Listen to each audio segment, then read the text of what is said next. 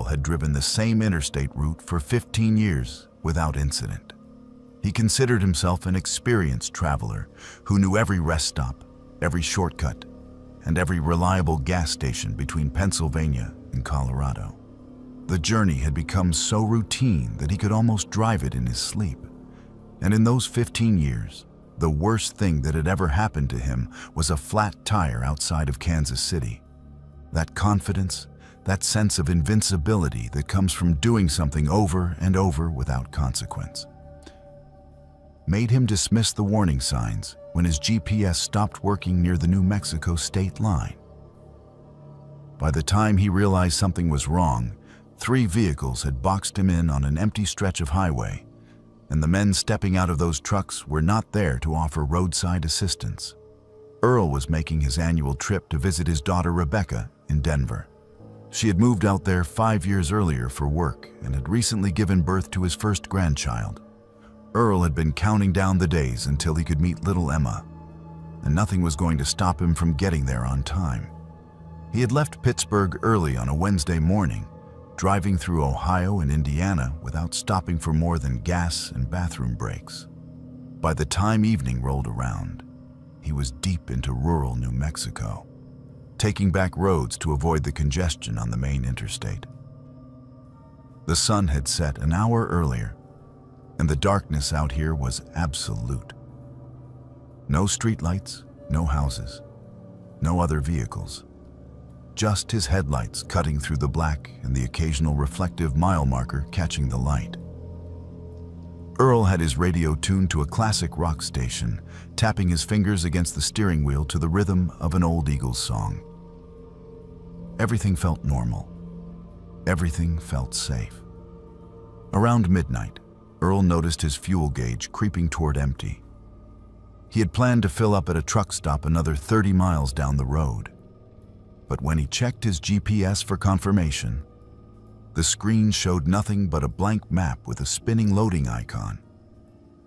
He tapped the screen a few times, then tried rebooting the device, but it refused to cooperate.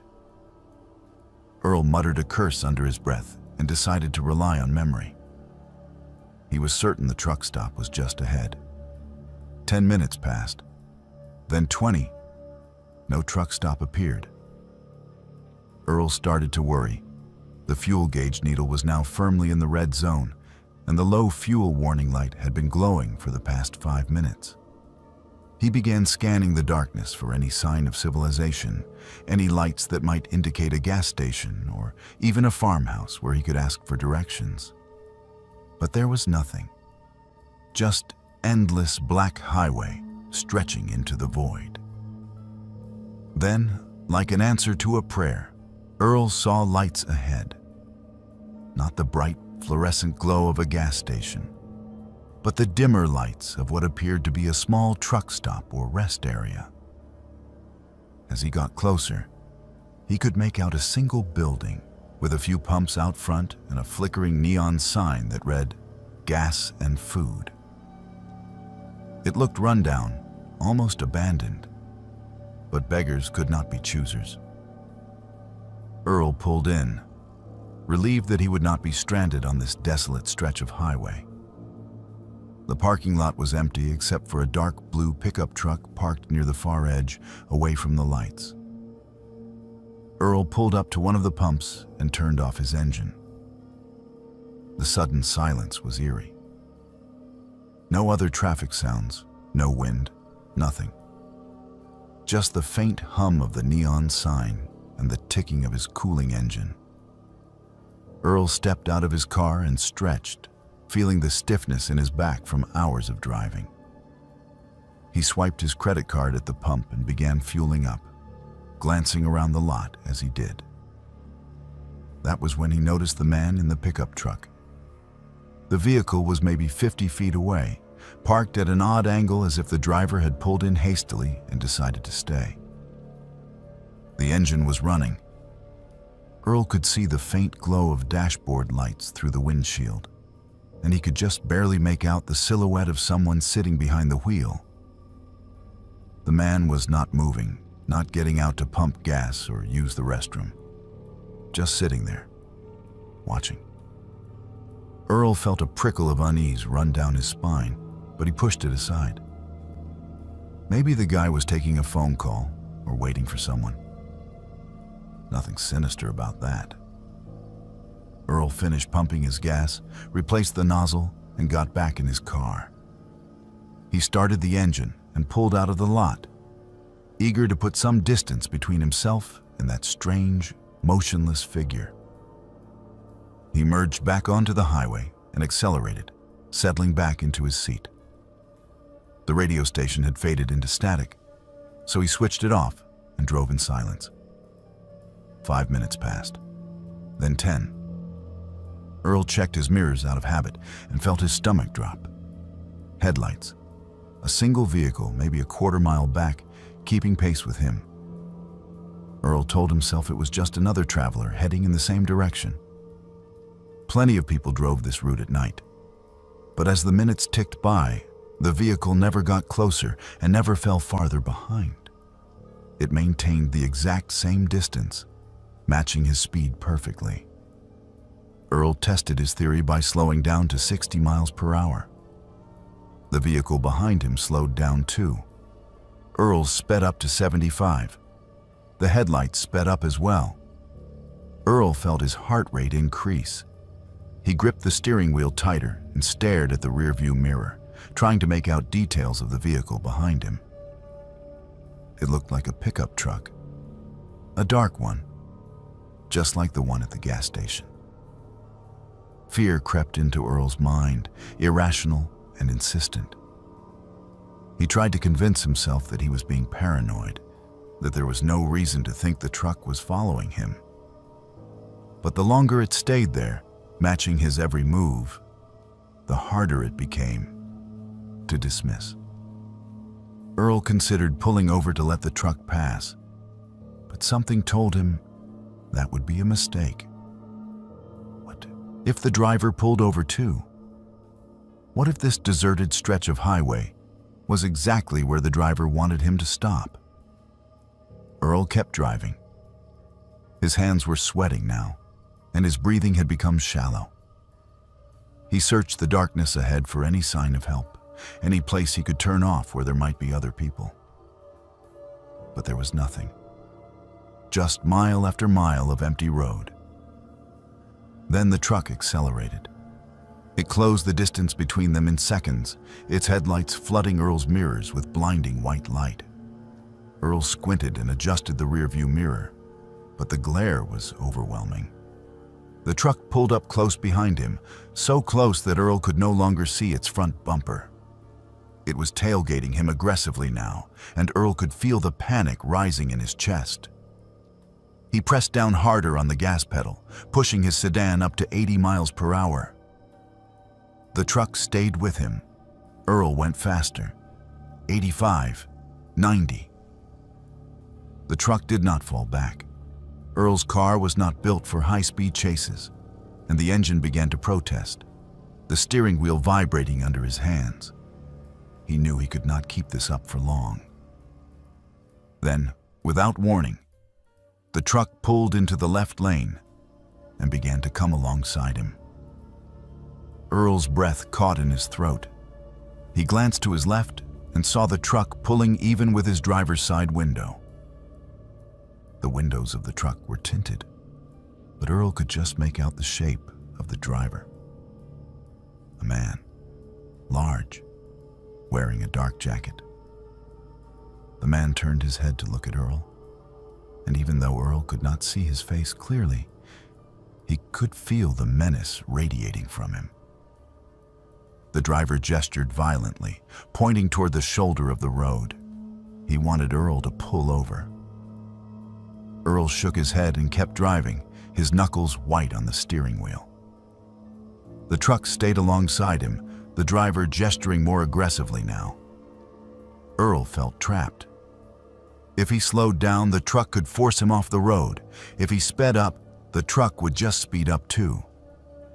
And there was nowhere to turn, no exits, no help in sight. Then Earl saw something ahead.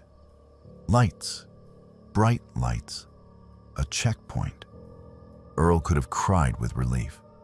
It was a state police checkpoint, one of those random stops they set up to check for drunk drivers or expired registrations.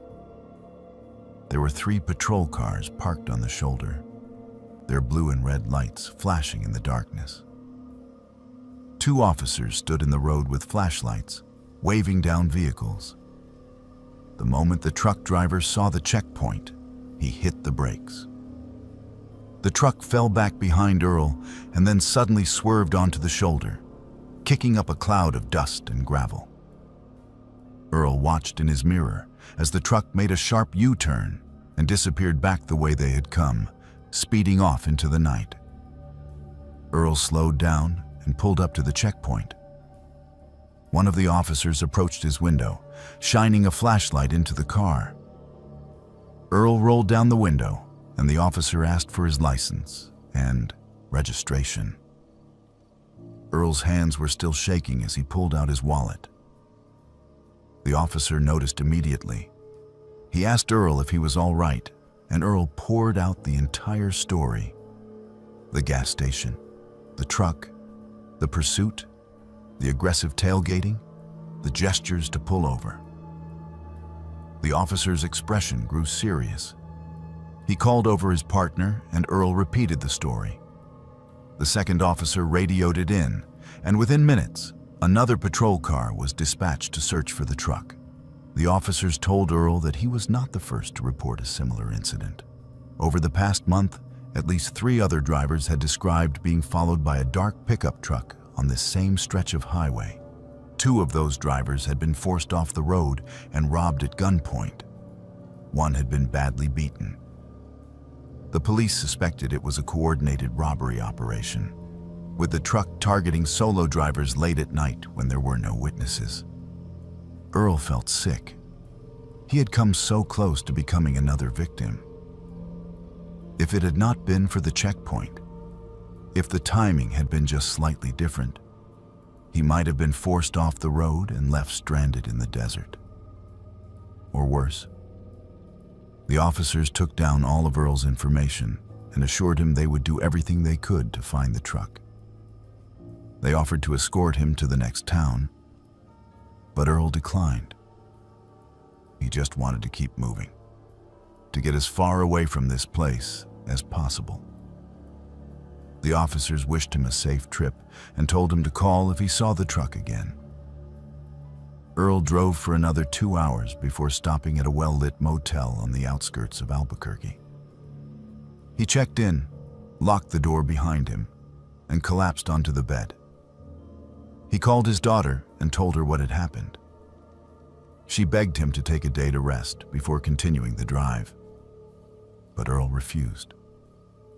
He would leave first thing in the morning and finish the trip in daylight. He was not going to let fear stop him from meeting his granddaughter. But sleep did not come easily that night.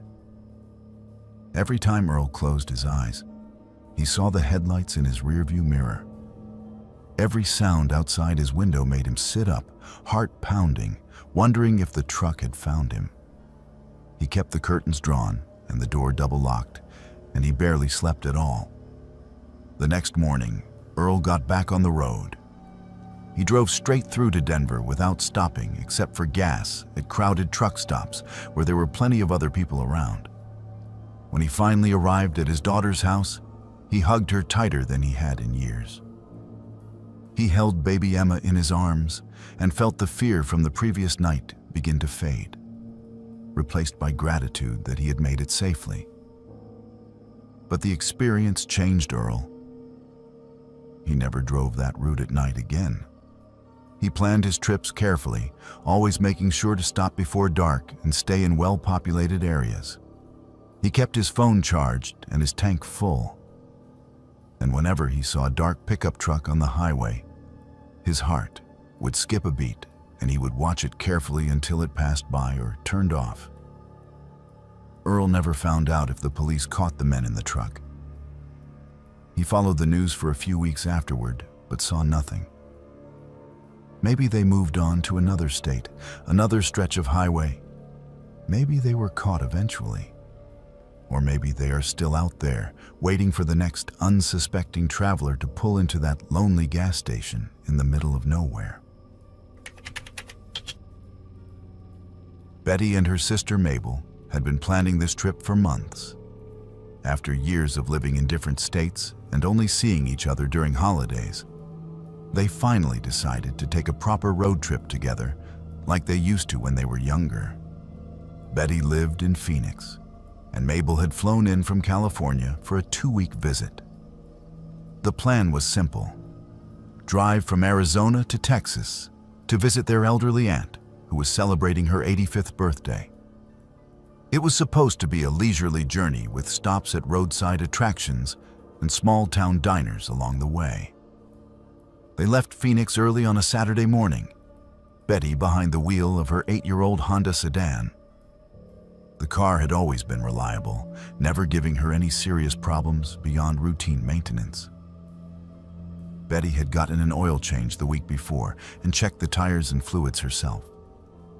Everything seemed perfect for the journey ahead. The first few hours of the drive went smoothly. They chatted about their lives, caught up on family gossip, and sang along to oldies on the radio. By mid-afternoon, they were approaching the Arizona-New Mexico border. Betty had been following the main highway, but Mabel, who had been studying the map on her phone, suggested they take an alternate route. Mabel explained that according to her GPS app, there was a smaller highway that cut through the desert and would save them almost an hour of driving time. The route looked straightforward on the map, a clean line connecting 2 points. Betty was hesitant at first. She preferred sticking to major highways where services were plentiful and help was never far away. But Mabel insisted that it would be fine, that the app had thousands of reviews and was highly rated for accuracy. Against her better judgment, Betty agreed. They took the next exit and headed south on a 2-lane highway that quickly became more remote than either of them had anticipated. The landscape changed from scattered towns and gas stations to pure desert. Scrub brush, red rock formations, and endless sand stretched in every direction. The road itself was in decent condition, but they had not passed another vehicle in over 20 minutes. About 40 minutes into this detour, Betty noticed something wrong.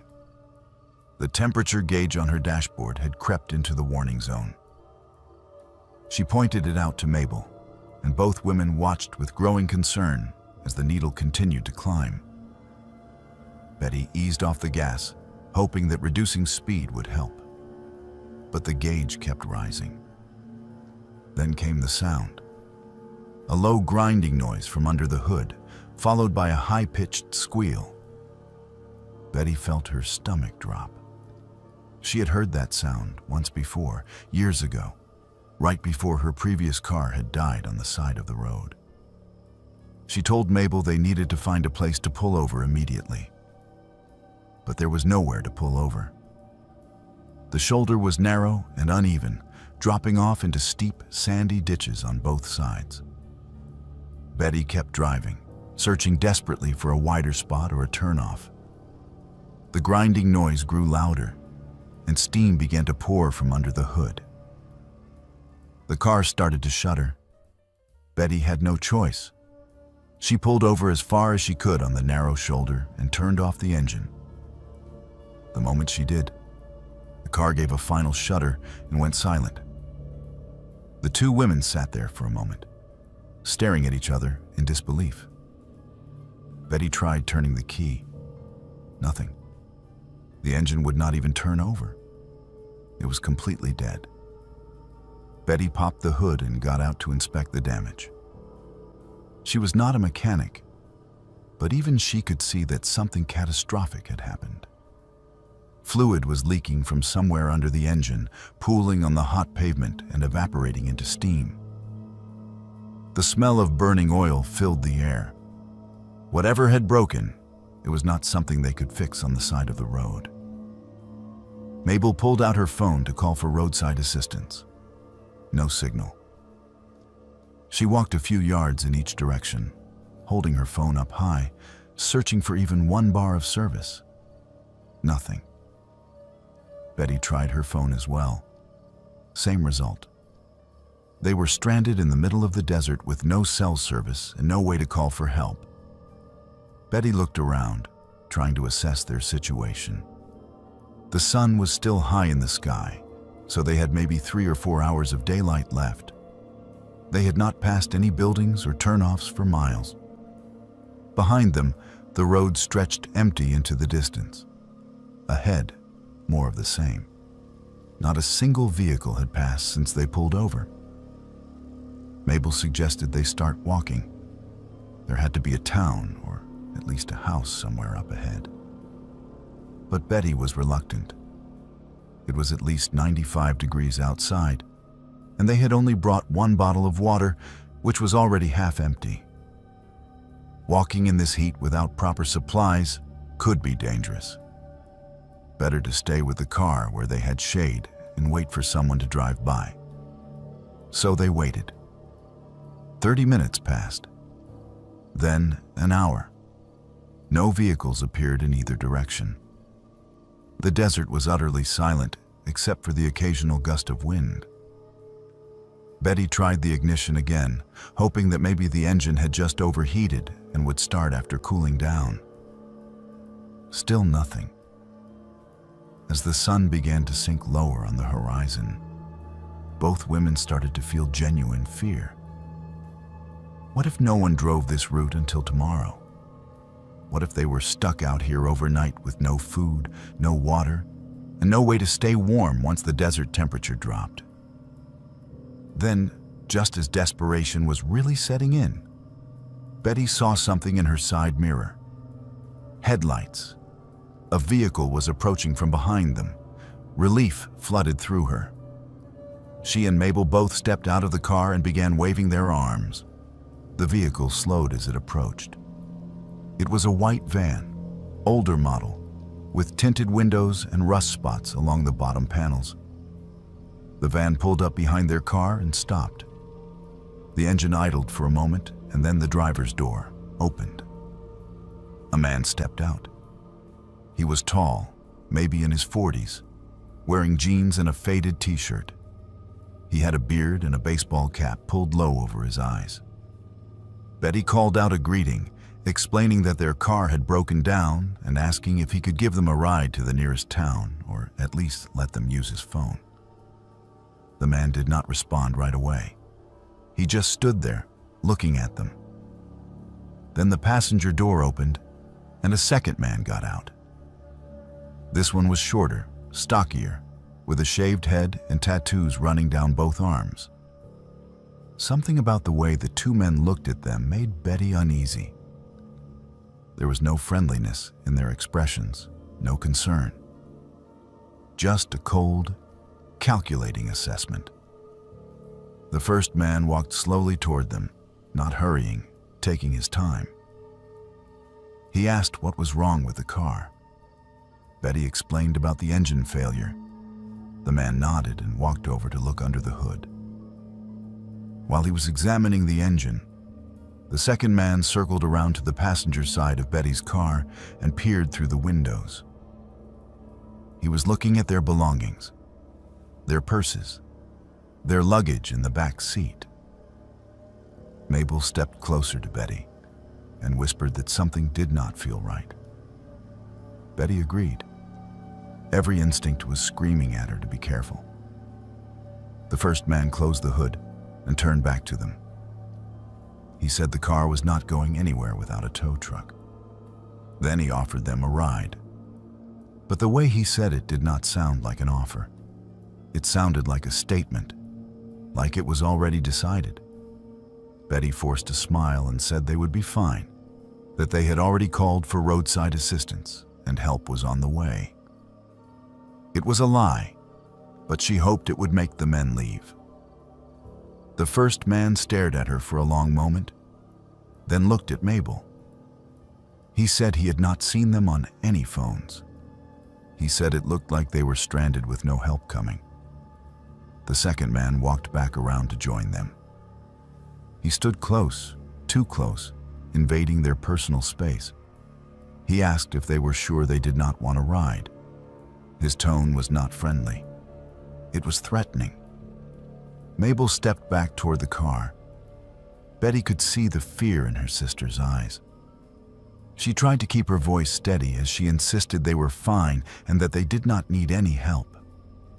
But the men did not leave. They just stood there, blocking the space between the women and their car.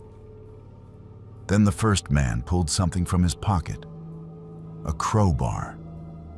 He held it casually, almost lazily, tapping it against his palm. He said they seemed like they might need some convincing. He took a step toward them. Betty's heart was pounding. She glanced at Mabel, then back at the men. They were trapped. The desert stretched empty in all directions. No one was coming to help them. And these men clearly had no good intentions. In that moment, Betty made a decision. She turned and lunged for the driver's door of her car. She yanked it open and threw herself inside, hitting the lock button as Mabel dove into the passenger seat. The second man grabbed Mabel's door handle, but the lock engaged just in time. He yanked on it, but it held. The first man ran to Betty's side and raised the crowbar. He brought it down hard on the window. The glass held, but spiderweb cracks spread across it. He raised the crowbar again. Betty turned the key in the ignition. She prayed harder than she had ever prayed in her life. The engine sputtered. The man brought the crowbar down again, and this time the window shattered, glass spraying across Betty's lap. She screamed and turned the key again. The engine caught. It roared to life. Betty slammed the car into drive and stomped on the gas. The car lurched forward, scraping against the van as it pulled away. The second man jumped back to avoid being hit. Betty could hear him shouting, hear their footsteps as they ran back to their van. The car was shaking violently, and smoke was pouring from under the hood again. But it was moving. Betty pushed the accelerator to the floor, willing the car to keep going. In the rearview mirror, she saw the van pull out onto the road and start after them. Mabel was crying, holding onto the dashboard as the car rattled and groaned. Betty focused on the road ahead, searching desperately for any sign of help. The engine was making terrible sounds, and the temperature gauge was maxed out. But she could not stop. If she stopped, those men would catch them.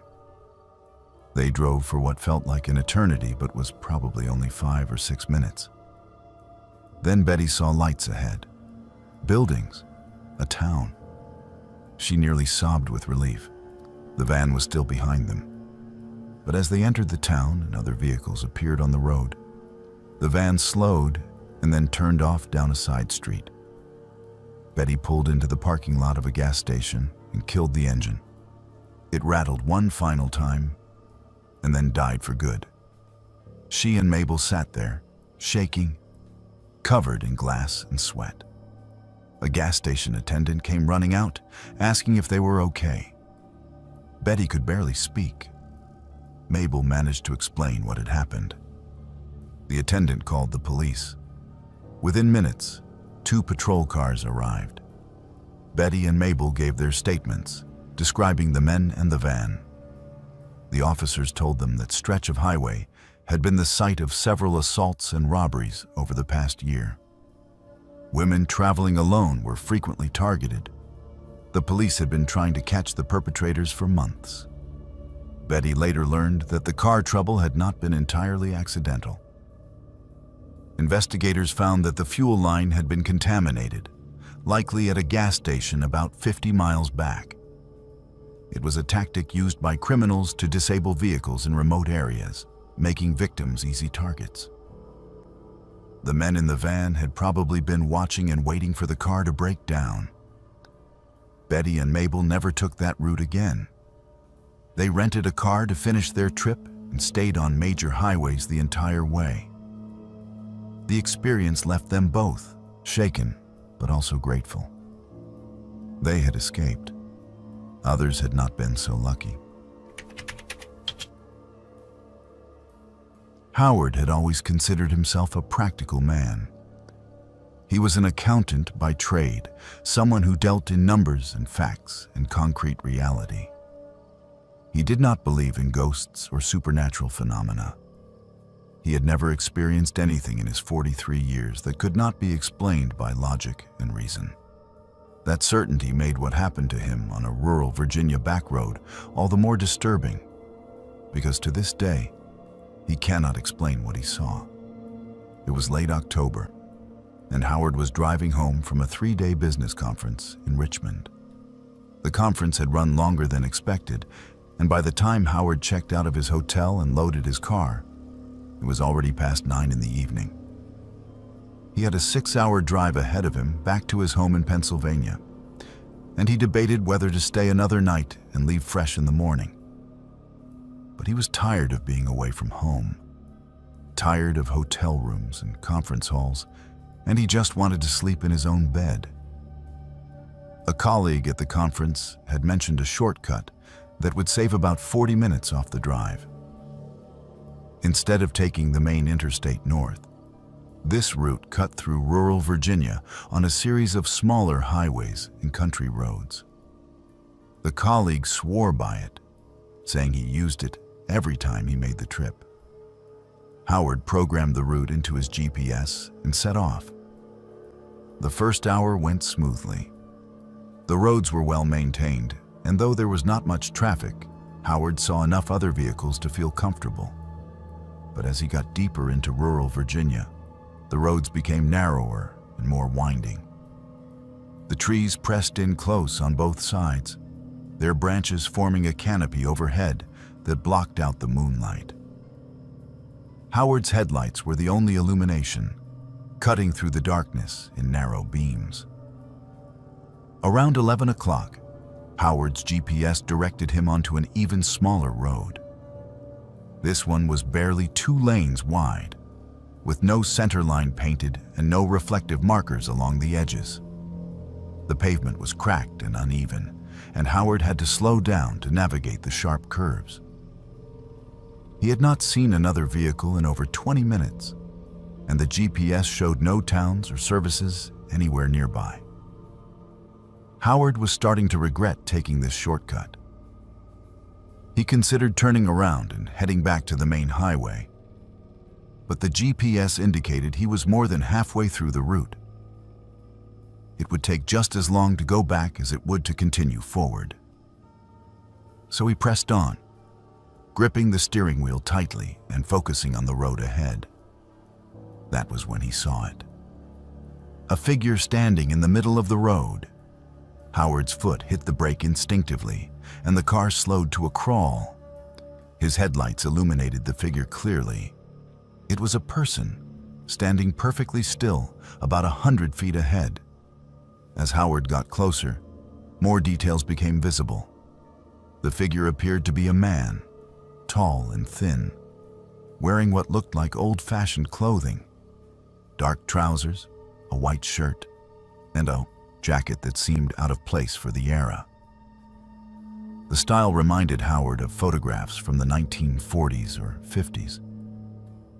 But what struck Howard most was the complete stillness.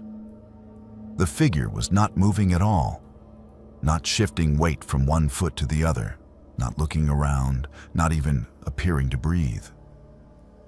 Just standing there, facing Howard's approaching car. Howard stopped about 50 feet away, leaving the engine running. He waited, expecting the person to move, to step aside, to acknowledge his presence somehow. But nothing happened. The figure remained motionless, arms at its sides, staring straight ahead. Howard felt a chill run through him, despite the warm air blowing from the car's heater. Something was wrong. Every instinct told him this was not a normal situation. But what was he supposed to do? He could not just drive around the figure. The shoulders on both sides of the road dropped off into deep ditches, and there was no room to maneuver. He would have to back up and find another route or convince this person to move. Howard rolled down his window and called out. His voice sounded too loud in the silent night. He asked if the person needed help, if everything was all right. No response. The figure did not even turn its head. Howard called out again, louder this time. Still nothing. Frustrated and increasingly unnerved, Howard honked his horn. The sound echoed through the trees, harsh and jarring. But the figure remained motionless. Howard honked again, longer this time. Nothing. Howard's hands were shaking now. This was not normal behavior. No rational person would stand in the middle of a dark road, blocking traffic, and completely ignore someone trying to communicate with them. Maybe the person was drunk or on drugs. Maybe they were having some kind of medical emergency. Or maybe a small voice in Howard's mind whispered, maybe this was not a person at all.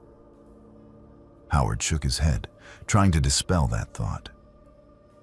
Of course it was a person. What else could it be? He was just tired and letting his imagination run wild. He decided to try one more thing. He flashed his high beams, hoping the bright light would get a reaction.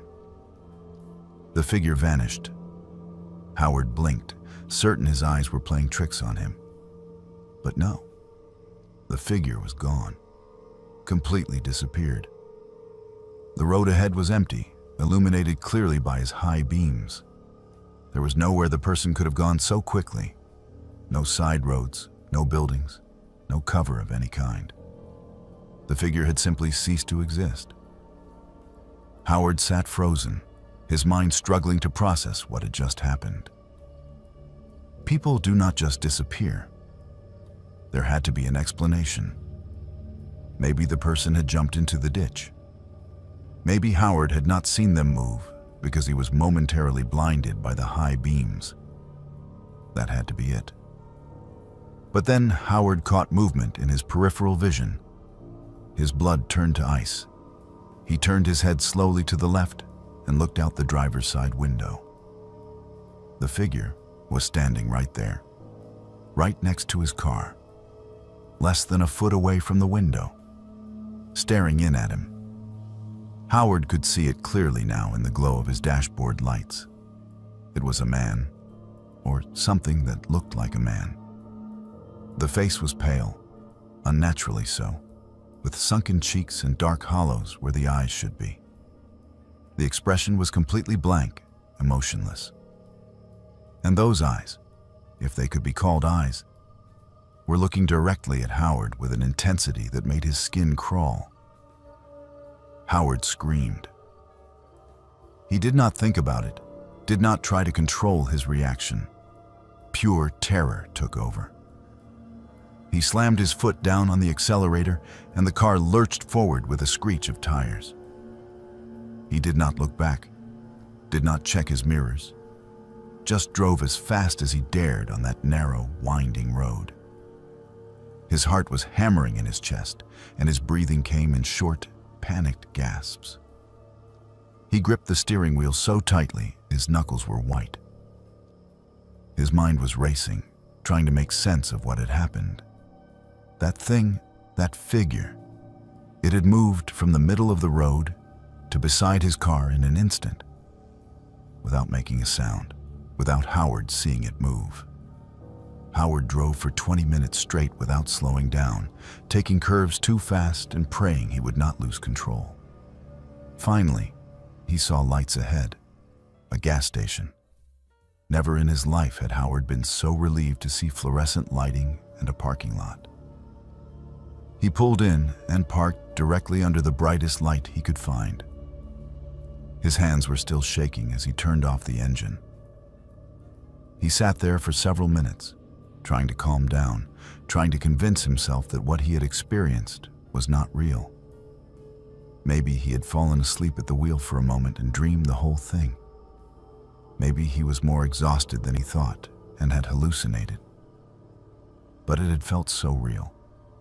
The figure, The clothes, the face, the way it had stared at him through the window. Howard could still see those hollow eyes when he closed his own.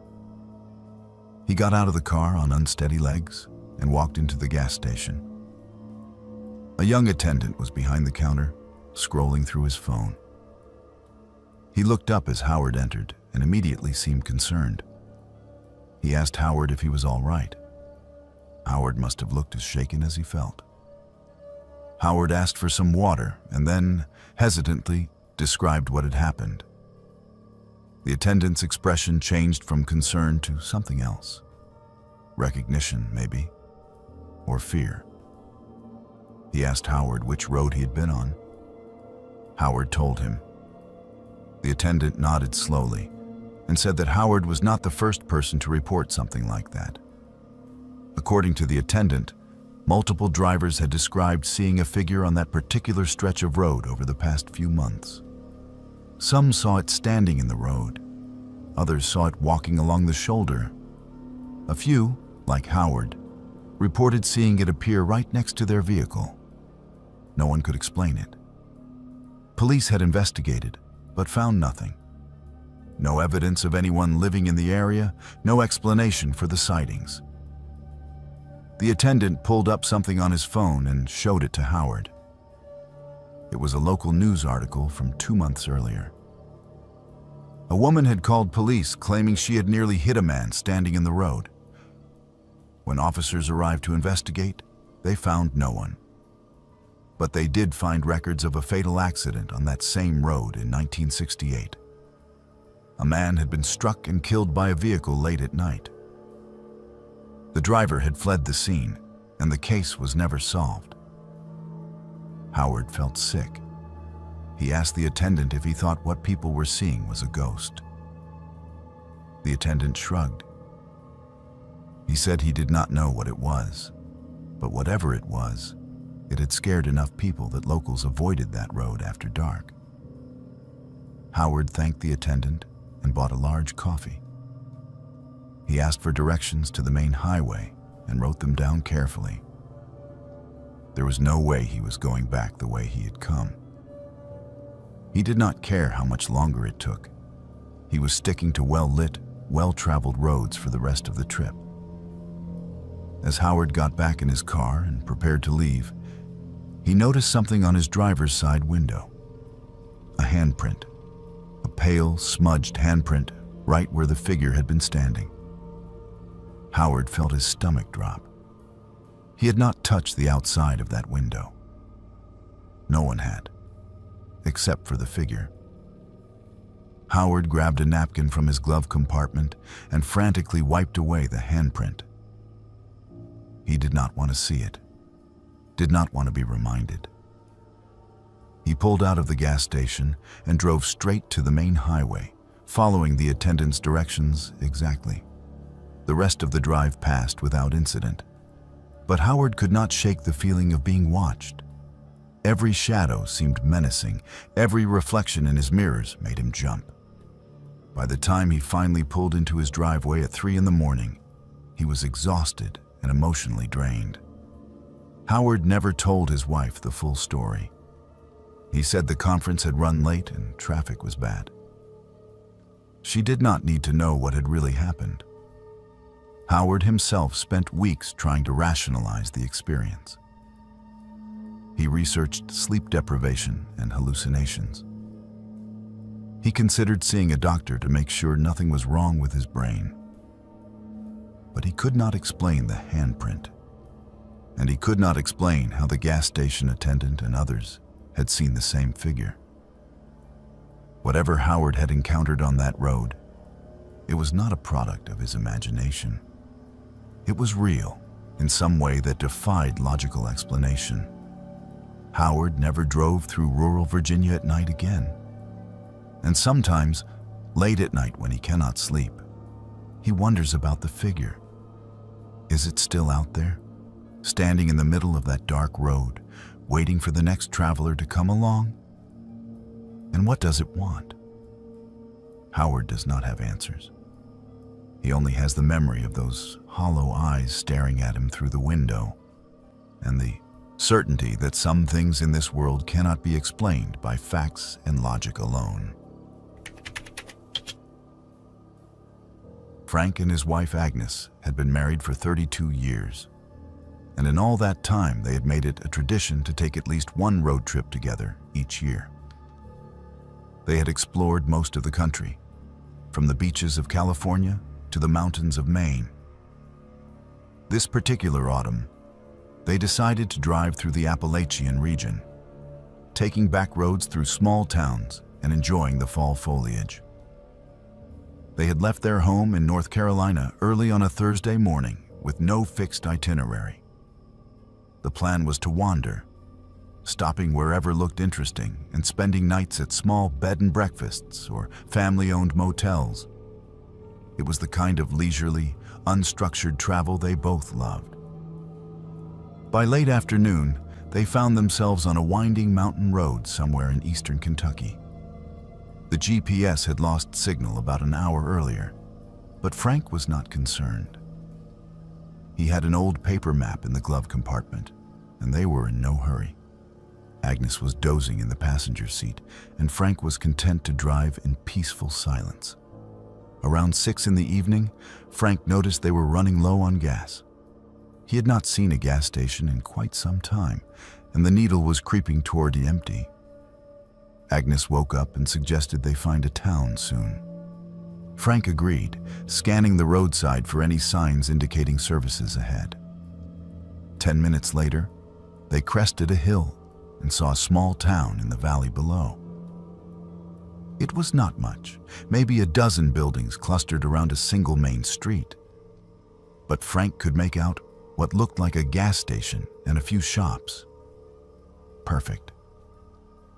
They would fill up the tank, grab dinner at a local diner if there was one, and then continue on to find lodging for the night. Frank drove down into the town and immediately noticed how quiet it was. There were no other vehicles on the road, no people walking on the sidewalks. Every building looked old but maintained, like the town had been frozen in time somewhere around the 1970s. Frank pulled up to the gas station, which had old-fashioned pumps and a hand-painted sign advertising prices that seemed impossibly low. He got out and tried the pump. It was locked. Frank looked around for an attendant, but saw no one. There was a small building that appeared to be the station office, but the windows were dark. Frank knocked on the door. No answer. He tried the handle. Locked. Agnes got out of the car and looked around. She commented on how strange it was that the town seemed completely deserted. Frank agreed. It was dinner time on a Thursday evening. There should be people around, lights on in houses, cars parked on the street. But there was nothing, just silence. Frank suggested they try finding someone who could help. Maybe everyone was at some kind of community event. They walked toward what looked like the main street, their footsteps echoing off the empty buildings. The first structure they passed was a general store. Frank peered through the window. The interior was dimly lit by natural light, and he could see shelves stocked with goods. But no people. The door was locked. They continued down the street, trying doors and looking in windows. Every building was the same, locked up tight, but showing signs of recent use. A barber shop with magazines dated from the current year sitting on the counter. A hardware store with a calendar turned to the correct month. A small library with books arranged neatly on shelves. But absolutely no people anywhere. Agnes was getting nervous. She said they should leave and find another town. But Frank was curious now, and also concerned about the gas situation. They needed to find someone who could help them. He spotted what looked like a diner at the end of the street and suggested they try there. The diner had a neon sign in the window that read, "Open," though the neon was not lit. Frank tried the door. It swung open. Finally, something unlocked. They stepped inside, and Agnes called out a greeting. No response. The diner looked like any small-town restaurant. Red vinyl booths, a long counter with stools, a jukebox in the corner. Everything was clean and orderly. There were even plates of food sitting on some of the tables, as if people had been eating and then suddenly left. Frank walked over to one of the plates. Meatloaf, mashed potatoes, and green beans. He reached out and touched the potatoes, still warm. Someone had been eating this meal very recently, within the last few minutes. But where had they gone? Agnes grabbed Frank's arm, her grip tight with fear. She pointed to the kitchen. The door was slightly ajar, and they could hear something. A faint sound, like breathing. Heavy, labored breathing. Frank called out, asking if anyone was there. The breathing stopped. Frank walked slowly toward the kitchen, Agnes staying close behind him. He pushed the door open wider and looked inside. The kitchen was empty. Pots on the stove, food in various stages of preparation, but no cook. Frank checked behind the counter, near the walk-in refrigerator. Nothing. Then they heard it again. The breathing. But it was not coming from the kitchen. It was coming from behind them. Frank and Agnes spun around. A man was sitting in one of the booths. He had not been there a moment ago. Frank was certain of it. But now there he was, sitting perfectly still, hands folded on the table in front of him, staring at them. Frank felt his heart rate increase. He tried to keep his voice steady as he greeted the man and explained that they needed to buy gas. The man did not respond. He just stared, his expression completely blank. No recognition, no acknowledgement. Just that empty stare. Agnes tugged on Frank's sleeve, whispering that they needed to leave right now. Frank agreed. This whole situation was wrong. They backed toward the door, keeping their eyes on the man. He did not move, did not blink, just watched them retreat. As they reached the door, Frank noticed movement through the window. People were appearing on the street, not walking out of buildings, but simply appearing, as if materializing out of thin air. One moment the street was empty. The next, there were a dozen people standing motionless on the sidewalk. Frank and Agnes hurried out of the diner and toward their car. The people on the street turned to watch them. All of them had the same blank expression as the man in the diner. No emotion, no curiosity, just cold observation. And all of them were completely silent. No one spoke. No one made any sound at all. Frank and Agnes reached their car, and Frank fumbled with the keys, his hands shaking. He dropped them and had to bend down to pick them up. When he stood back up, the people had moved closer. They were forming a loose circle around the car, still silent, still staring.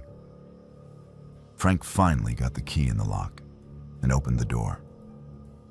Agnes jumped in the passenger side and immediately locked her door.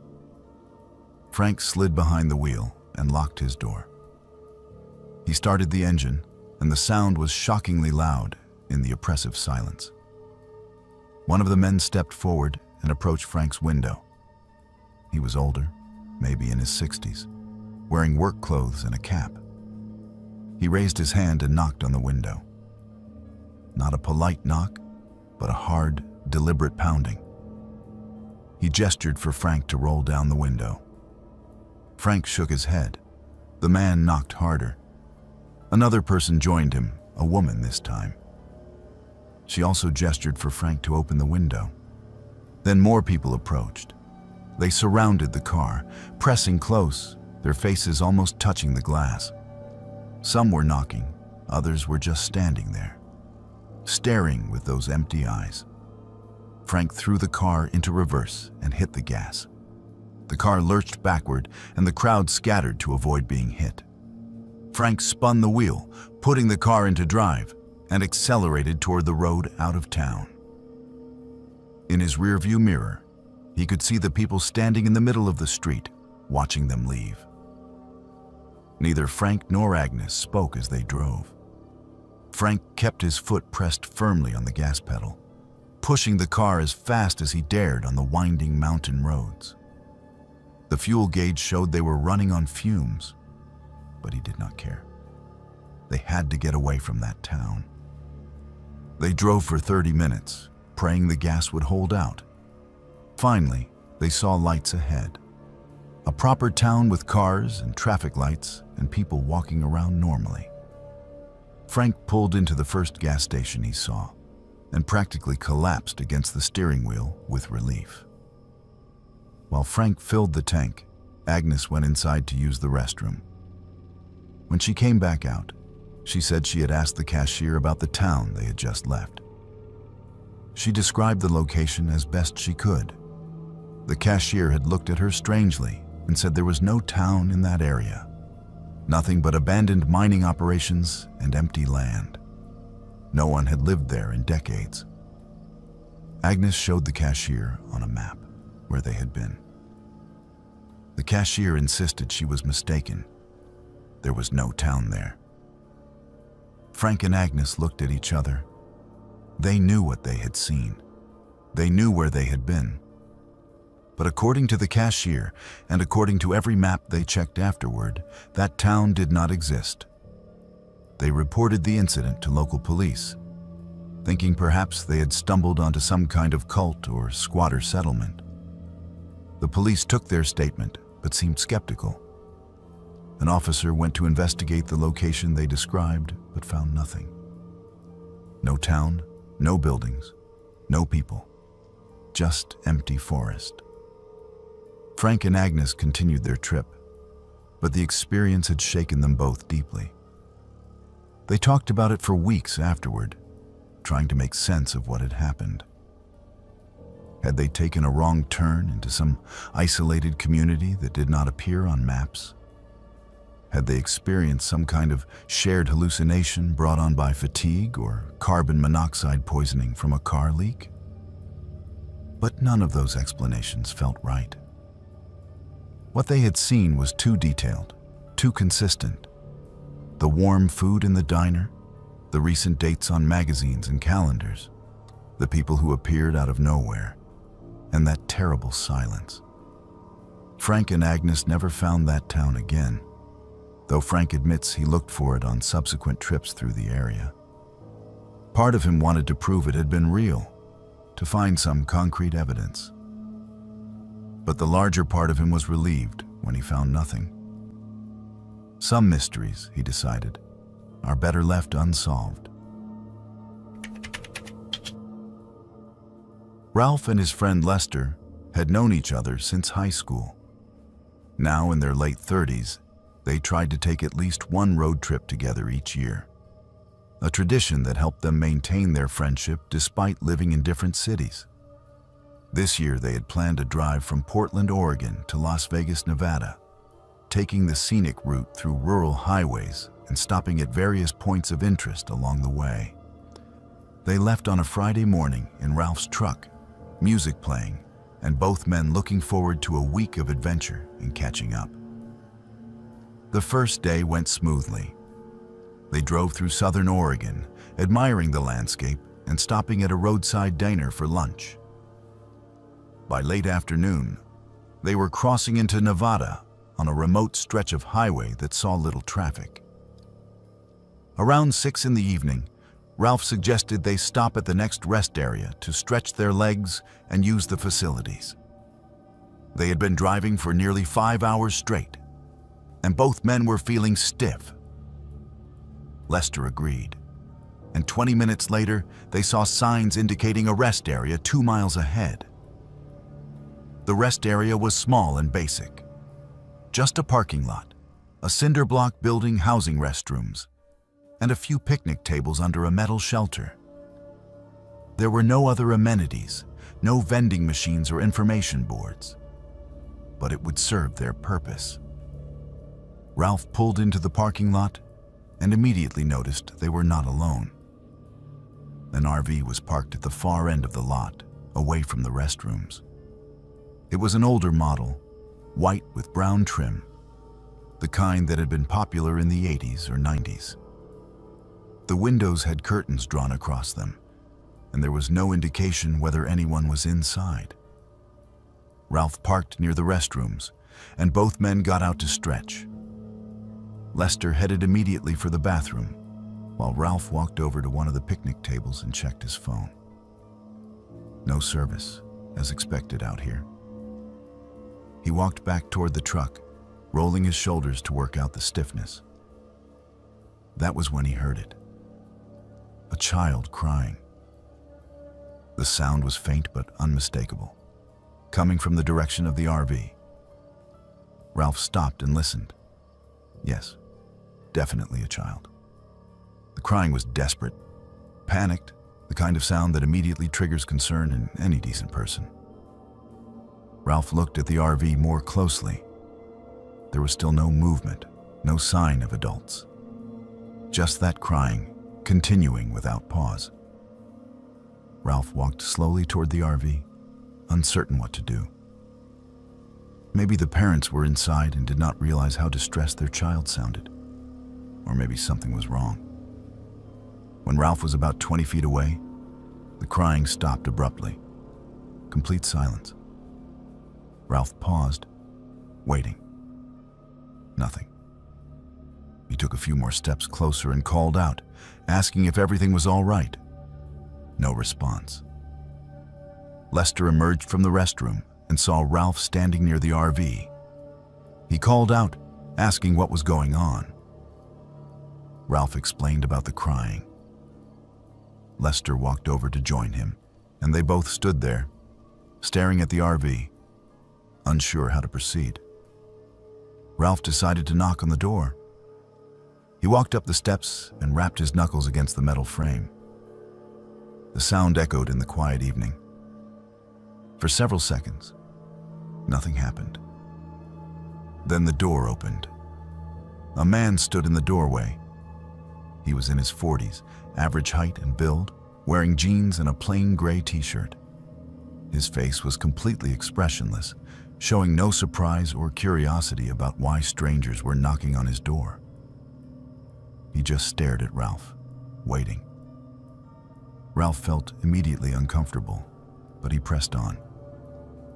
He explained that he had heard a child crying and wanted to make sure everything was okay. The man continued to stare for a moment, then said flatly that everything was fine.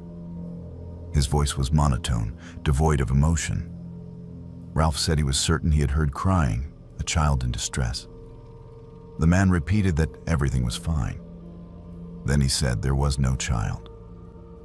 Ralph felt confusion wash over him. He knew what he had heard. He insisted that he had clearly heard a child crying inside the RV just minutes ago. The man's expression did not change. He simply said again that there was no child and began to close the door. Ralph stepped back, glancing at Lester. Lester shrugged, looking equally confused. They had both heard the crying. How could the man claim there was no child? Ralph and Lester walked back toward their truck, talking in low voices. Something was wrong with that situation. The man's behavior was bizarre, and the crying had been too real, too desperate to ignore. They debated what to do. Should they call the police? But they had no cell service. Should they try talking to the man again? But what would that accomplish if he was just going to deny everything? As they stood there debating, Ralph made a decision.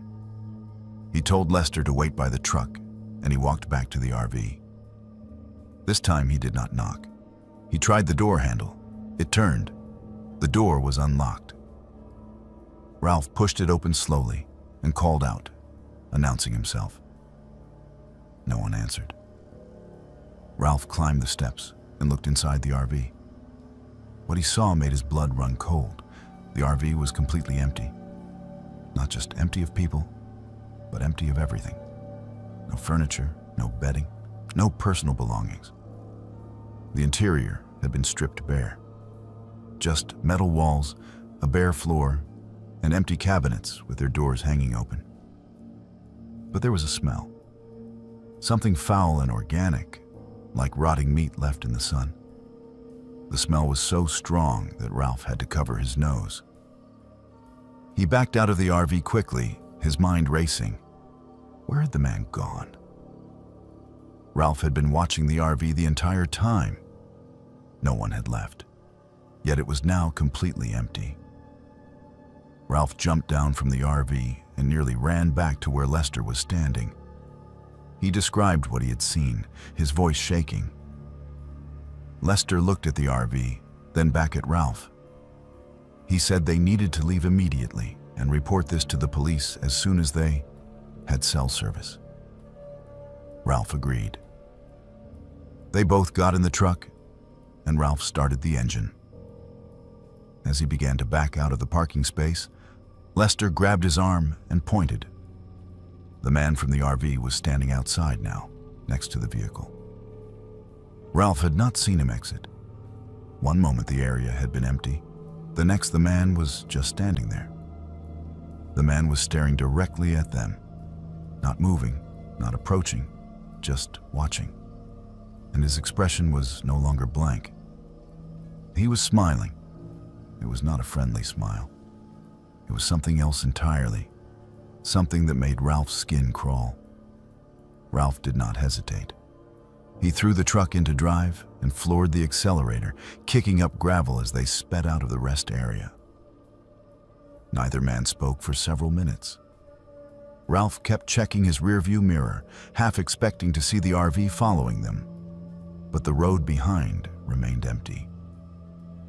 They drove for nearly an hour before they reached an area with cell service. Ralph pulled over, and they both tried to process what had happened. Lester called the police and reported the incident, providing as much detail as he could about the location of the rest area. The dispatchers said they would send someone to investigate. Ralph and Lester continued on to Las Vegas, but the experience had cast a shadow over their trip. They could not stop talking about it, trying to make sense of what they had witnessed. The crying child, the man's bizarre behavior, the empty RV, the terrible smell, and the fact that the man had somehow vanished and reappeared without either of them seeing him move. 2 days later, Lester received a call from the Nevada State Police. They had investigated the rest area. There was no RV, no evidence that one had been there, no tire tracks, no trash, nothing. The officers said the rest area was rarely used and appeared undisturbed. Ralph and Lester were stunned. They knew what they had seen. They knew what had happened. But according to the police, there was no evidence to support their story. The officers suggested that perhaps they had stopped at a different rest area and were confused about the location. But Ralph knew exactly where they had been. He could describe every detail of that parking lot. In the weeks that followed, Ralph researched missing children in Nevada. He found several cases, some going back decades. He wondered if the crying he had heard was connected to one of those cases. He wondered what had been inside that RV, what the smell had been. And he wondered about the man, who he was and what he had been doing there. Ralph never got answers. The case, if it could even be called that, went nowhere. But Ralph could not forget. He still hears that crying sometimes, late at night when he cannot sleep. And he wonders if he could have done more, if he should have insisted on searching that RV more thoroughly, if he missed a chance to help someone who desperately needed it. The uncertainty haunts him more than anything else. Not knowing what really happened in that rest area, not knowing if there was truly a child in danger, not knowing who or what that man was. Ralph still takes road trips. but he never stops at isolated rest areas anymore. And he always trusts his instincts when something feels wrong.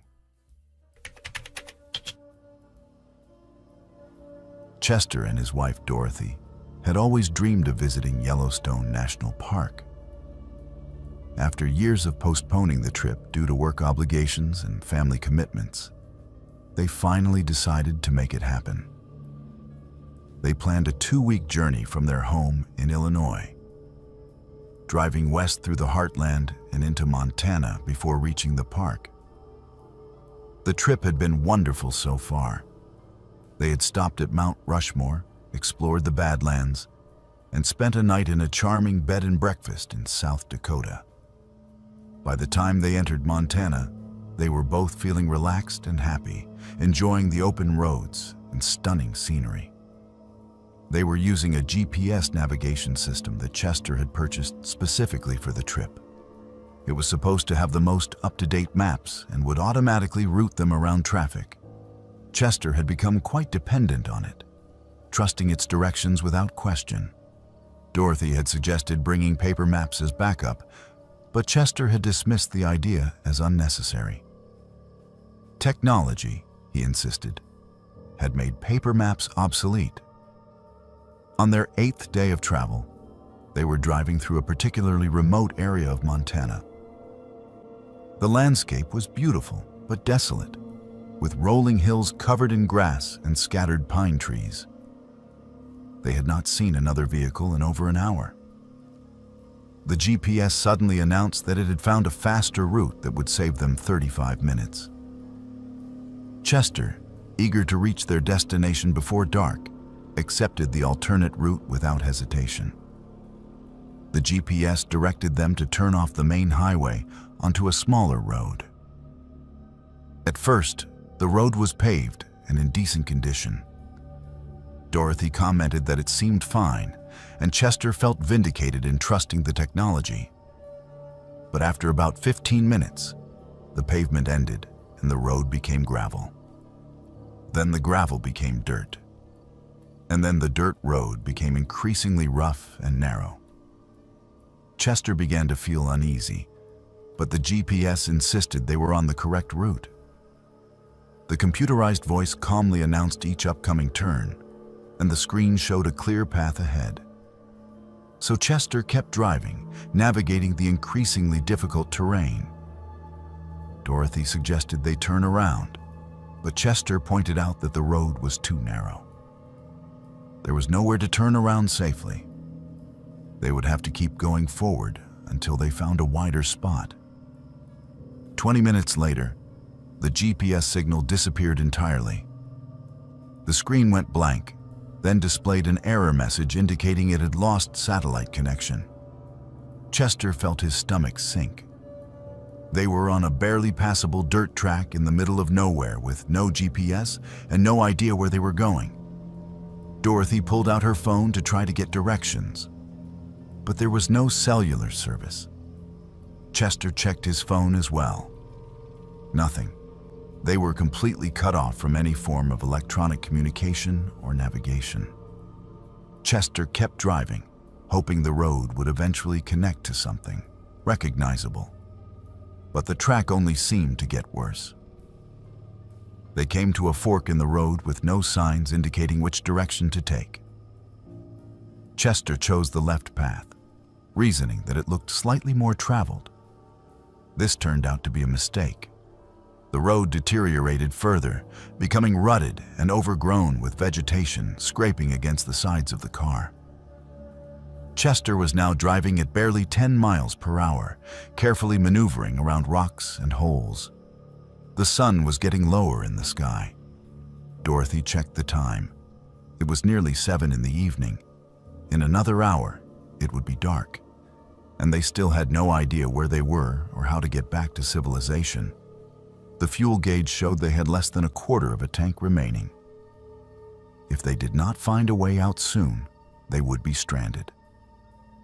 They drove for another 30 minutes and arrived at what appeared to be an abandoned homestead. There were several collapsed wooden structures, rusted farm equipment scattered around, and the remnants of old fencing. But no people, no working buildings, nothing that could help them. It was a dead end. Chester carefully turned the car around, a process that took several minutes in the narrow space.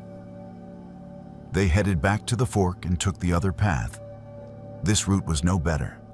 It wound through increasingly dense forest, the trees pressing in close on both sides. Branches scraped against the car, and Dorothy winced at each scraping sound, imagining the damage to the paint. As darkness fell, Chester turned on the headlights. The beams illuminated the narrow tunnel of trees ahead, making everything beyond the immediate path disappear into blackness. The isolation felt oppressive. They had not seen a single person, vehicle, or structure in over 2 hours.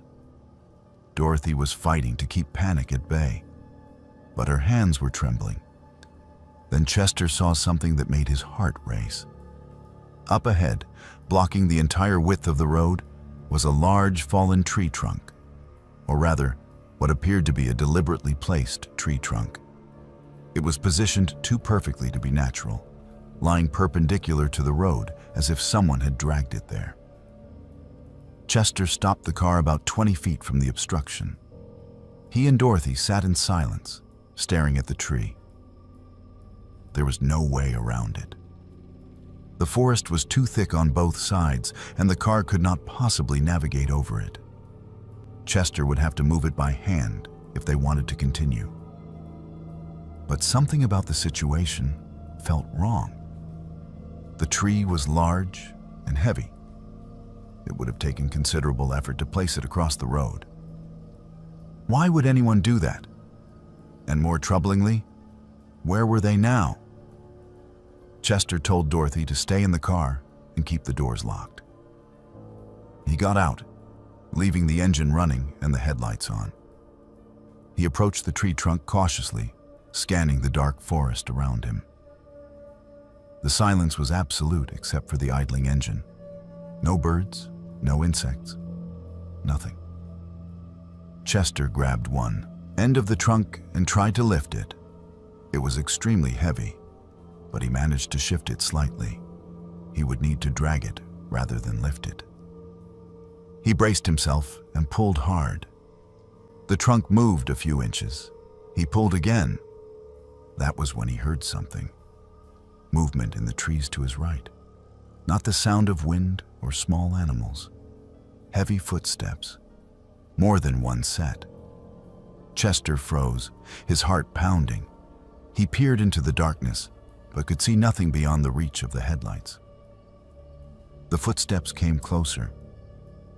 Chester abandoned the tree trunk and ran back to the car. He threw himself into the driver's seat and slammed the door, immediately hitting the lock button. Dorothy was wide-eyed with fear, asking what he had heard. Chester did not answer. He threw the car into reverse. Backing up in the dark on a narrow forest road was terrifying. Chester could barely see where he was going, relying on brief glances in the rearview mirror and the faint red glow of the taillights. But he did not care about caution anymore. He just needed to get away from that tree and whatever was moving in the forest. He reversed for what felt like forever, but was probably only a few hundred yards. Then he found a spot where the road was slightly wider, and he managed a clumsy multi-point turn. Once the car was facing forward, he accelerated as fast as he dared. The car bounced violently over the rough terrain, and Dorothy braced herself against the dashboard. But Chester did not slow down. They retraced their route, taking every turn they remembered in reverse order. Chester was operating on pure adrenaline now, his only thought to escape this wilderness. The fuel gauge was dangerously low, the warning light glowing a steady orange. Chester prayed the gas would hold out. After nearly an hour of frantic driving, they emerged onto a paved road. Chester could have cried with relief. He did not recognize the road, but it was paved and had lane markings, which meant they were back in civilization. He chose a direction at random and drove until they saw lights in the distance. They found a small town and pulled into the first gas station they saw. Chester filled the tank with shaking hands, while Dorothy went inside to ask for directions. The attendant looked at them with concern and asked if they were all right. Dorothy explained that they had gotten lost on back roads and had a frightening experience. The attendant asked where they had been. Dorothy described the area as best she could. The attendant's expression grew serious. He said that area was known to be dangerous, that there were people living back in those woods who did not want outsiders around. He said they were lucky to have found their way out, that others had gone missing in that region over the years. Chester and Dorothy got directions to the nearest highway and continued to Yellowstone, but the experience had shaken them both deeply. They never relied solely on GPS again. Dorothy bought several paper maps, and Chester learned to check routes carefully before blindly following technology. And they never took unmarked roads through isolated areas, no matter how much time the GPS claimed it would save. The memory of those footsteps in the dark forest stayed with Chester. He still wonders who or what was moving through those trees, and what would have happened if he had not heard them in time. Vernon had promised his mother, Irene, and his Aunt Ruth that he would drive them from Tennessee to Florida for a family reunion. Both women were in their 70s and could no longer manage long drives themselves. Vernon was happy to help, taking a week off work to make the trip leisurely and comfortable for them. They planned to drive down over 2 days, stopping overnight at a motel halfway through the journey. They left Knoxville early on a Monday morning. Vernon drove carefully, making frequent stops so the women could stretch their legs and use the restroom. Both Irene and Ruth were in good spirits, excited about seeing family members they had not visited in years. The conversation was light and cheerful as they made their way south through Georgia. By late afternoon, they had crossed into Florida. Vernon suggested they start looking for a place to stay for the night. They were not particular about accommodations, just somewhere clean and safe. Ruth spotted a sign advertising a budget motel just off the interstate. The price was reasonable, and Vernon decided to check it out. The motel was exactly what they expected from a budget establishment. A 2-story building with exterior corridors, about 30 rooms total, and a small office near the entrance. The parking lot was mostly empty, with only 4 or 5 other vehicles scattered around. Vernon parked near the office and went inside to book a room. The clerk was a thin man in his 20s, who seemed more interested in his phone than in helping customers. He barely looked up as Vernon requested a room on the ground floor to make it easier for his elderly relatives. The clerk handed over a key card and mumbled the room number. Vernon paid cash and returned to the car. Their room was on the far end of the building, away from the office. Vernon did not particularly like the location, but he reasoned that it would be quieter. He helped his mother and aunt carry their overnight bags inside.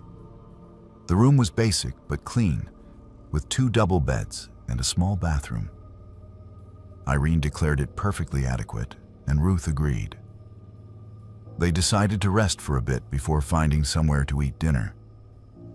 Vernon took a quick shower while the women watched television. By the time they were ready to leave, it was nearly 9 in the evening. They found a family restaurant a few miles down the road and had a pleasant meal before returning to the motel around 10:30.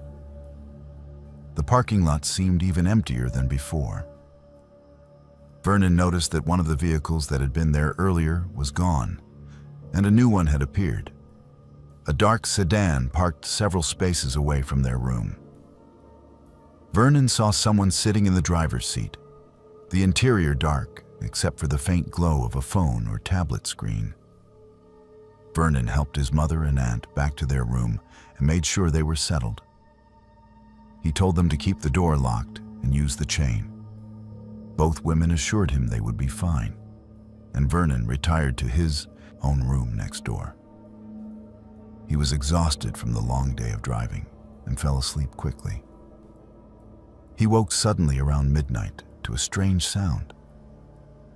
At first, he could not identify it, his mind foggy with sleep. Then he realized someone was trying to open his door, not knocking, but manipulating the handle and lock. Vernon sat up in bed, his heart immediately racing. He stared at the door in the darkness, seeing the handle move slightly. Vernon got out of bed as quietly as possible and crept toward the door. He looked through the peephole. A man was standing outside, bent over the lock, using some kind of tool to try to pick it. Vernon could only see the top of his head and his hands working at the mechanism.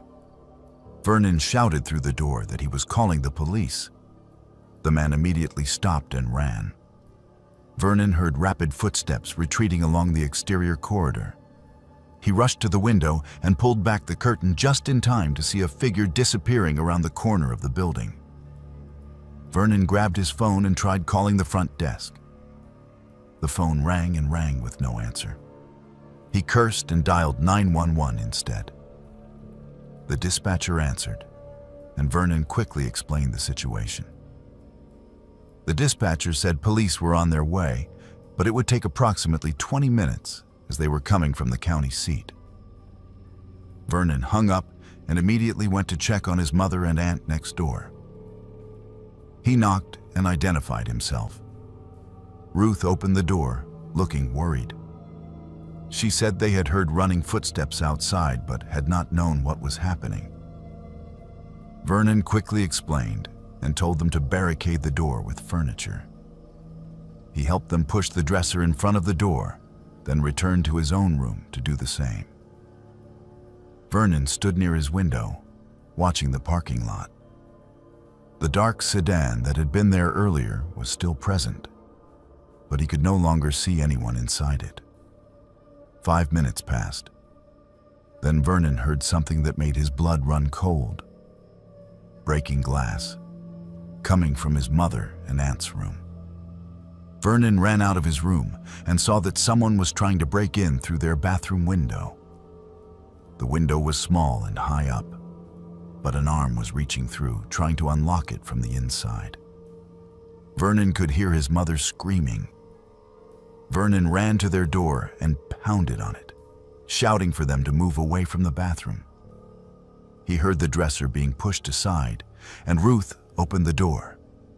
Vernon rushed inside and grabbed a lamp from the nightstand. He ran to the bathroom just as the intruder managed to unlock the window and began pulling himself through. Vernon brought the lamp down hard on the arm, reaching through the window. The intruder screamed and pulled back violently. Vernon heard cursing and the sound of someone falling.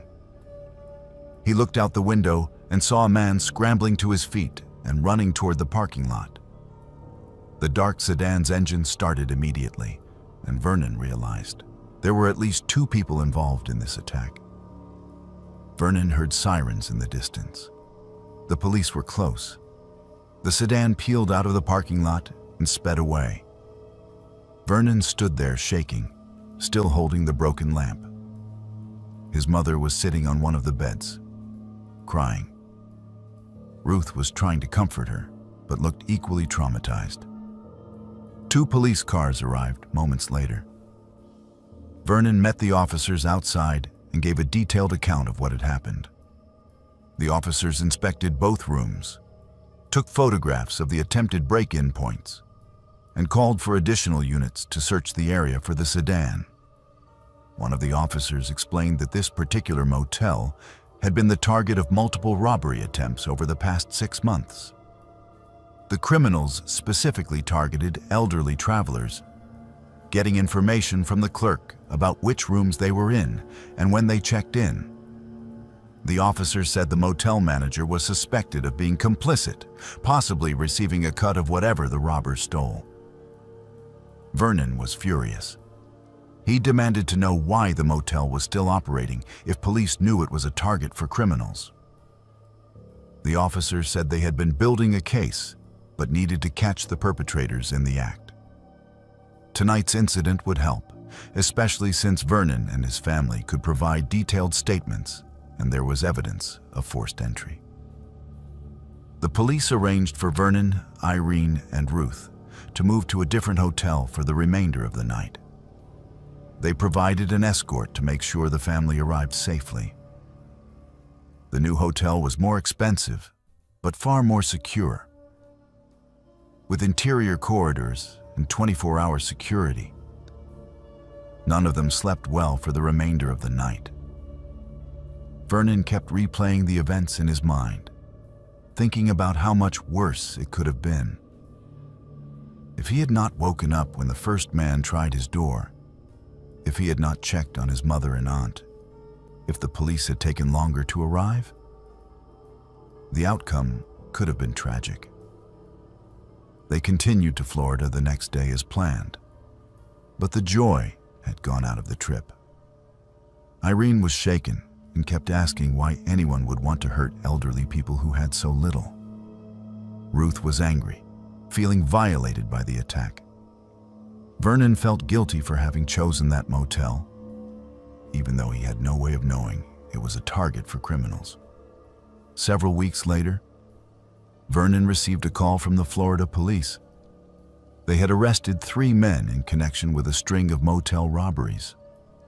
The clerk at the motel where Vernon had stayed was also arrested for conspiracy. Evidence linked the group to at least 8 other attacks, 2 of which had resulted in serious injuries to the victims. Vernon was relieved that the criminals had been caught, but the experience changed how he approached travel. He researched accommodations thoroughly before booking, read reviews carefully, and always chose well-lit rooms near the office or security. He installed security devices on the doors whenever they stayed anywhere. And he never again underestimated how vulnerable travelers could be when they were far from home. The memory of that night stayed with all 3 of them. Irene still struggles with anxiety when staying in unfamiliar places. Ruth refuses to stay in budget motels. And Vernon carries the knowledge that vigilance and quick thinking likely saved them from becoming victims of a violent crime.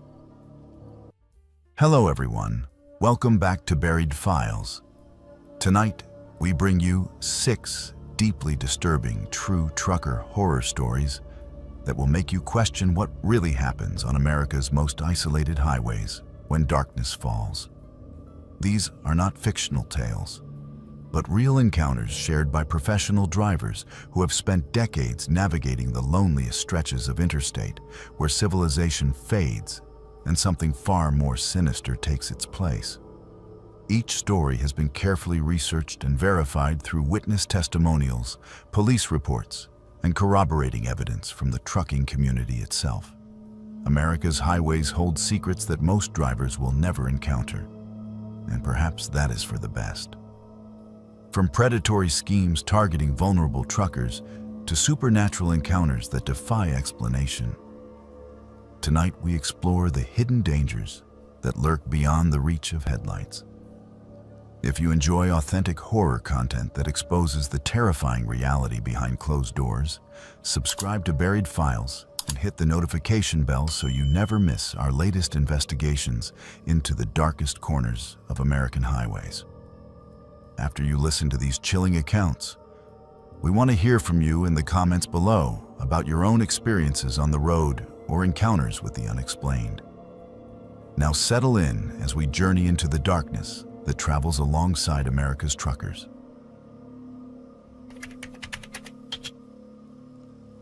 I have been hauling freight across the mountain states for 18 years, and I thought I had seen every kind of scam, every type of roadside desperation, and every variation of human greed that the interstate could throw at me. I was wrong. What happened to me on that snow-covered stretch of Wyoming highway during the blizzard of February 2019 still haunts my sleep and makes me question every stranded motorist I pass. My name is Marcus Thompson, and I drive a Peterbilt 379 pulling a 53-foot refrigerated trailer for a logistics company based out of Denver. The run that night was supposed to be routine. I was hauling frozen goods from Salt Lake City to Billings, Montana, a route I had driven countless times before. The weather forecast called for light snow, maybe 3 to 4 inches, nothing that would slow down an experienced driver like myself. But Wyoming weather has a mind of its own, and by the time I hit the stretch between Rock Springs and Rawlins, the light snow had transformed into a full-blown blizzard. The wind was howling across the open plains, creating whiteout conditions that reduced visibility to maybe 50 feet on a good stretch.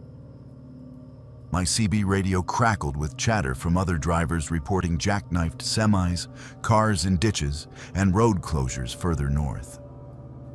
I should have pulled over at the next truck stop and waited it out. Any sensible driver would have. But I was behind schedule, and the company had been breathing down our necks about delivery times. The customer in Billings needed those frozen foods for their morning shipment, and a delay would cost us the contract. So I pressed on, gripping the steering wheel with white knuckles as my headlights carved a narrow tunnel through the swirling snow. The highway was nearly deserted. Most smart people had found shelter hours ago, leaving only the foolish and the desperate to battle the elements.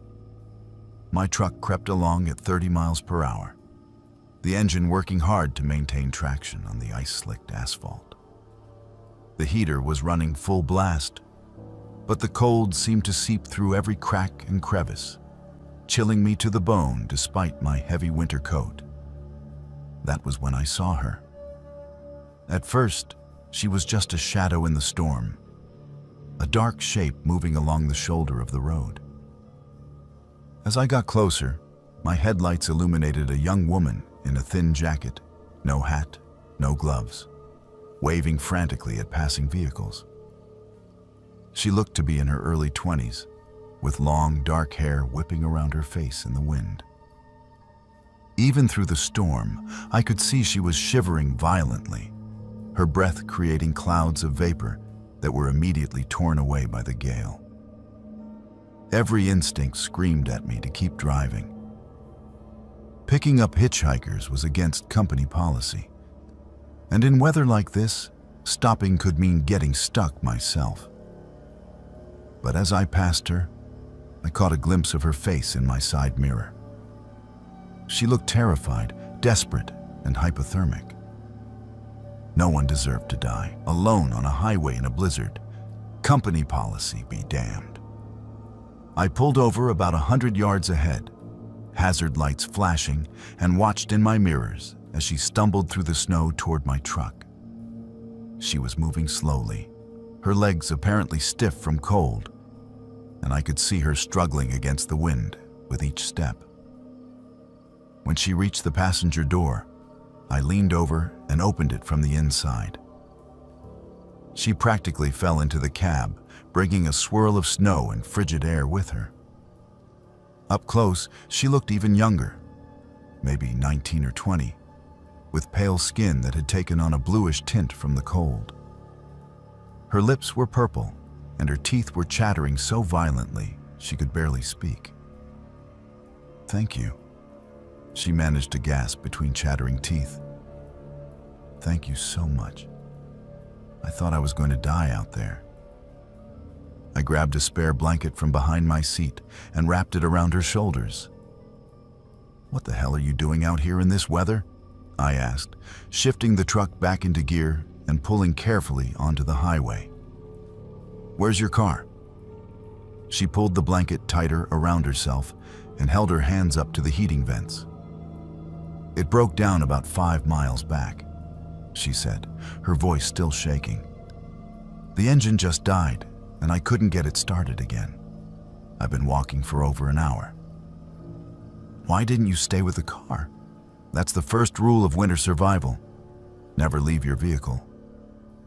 She shook her head, snowflakes still melting in her dark hair. The heater stopped working when the engine died. I was getting so cold and no one was stopping. I figured if I walked, maybe I could find a gas station or flag down help. It made sense, I supposed, though it was still incredibly dangerous.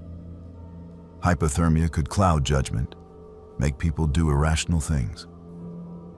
I reached for my CB radio to call for assistance.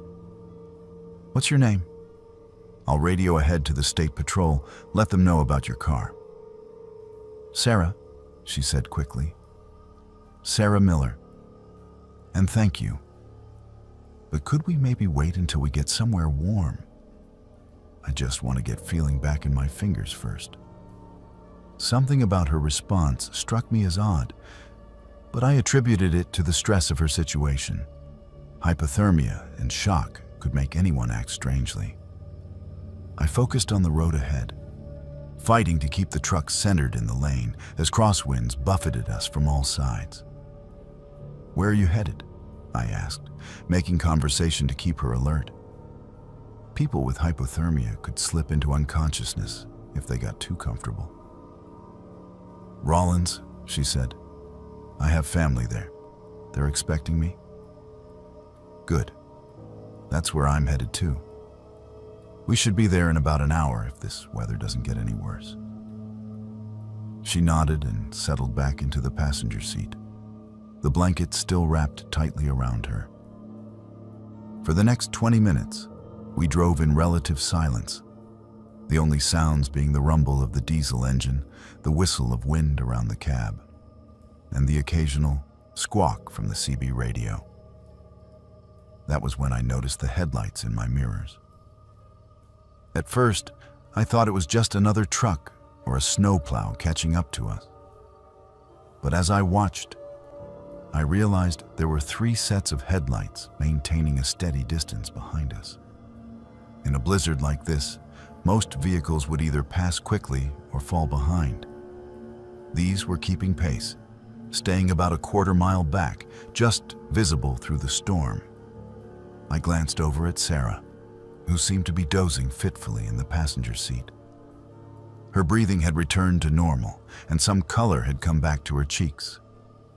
The immediate danger of hypothermia was past, but something else was bothering me now.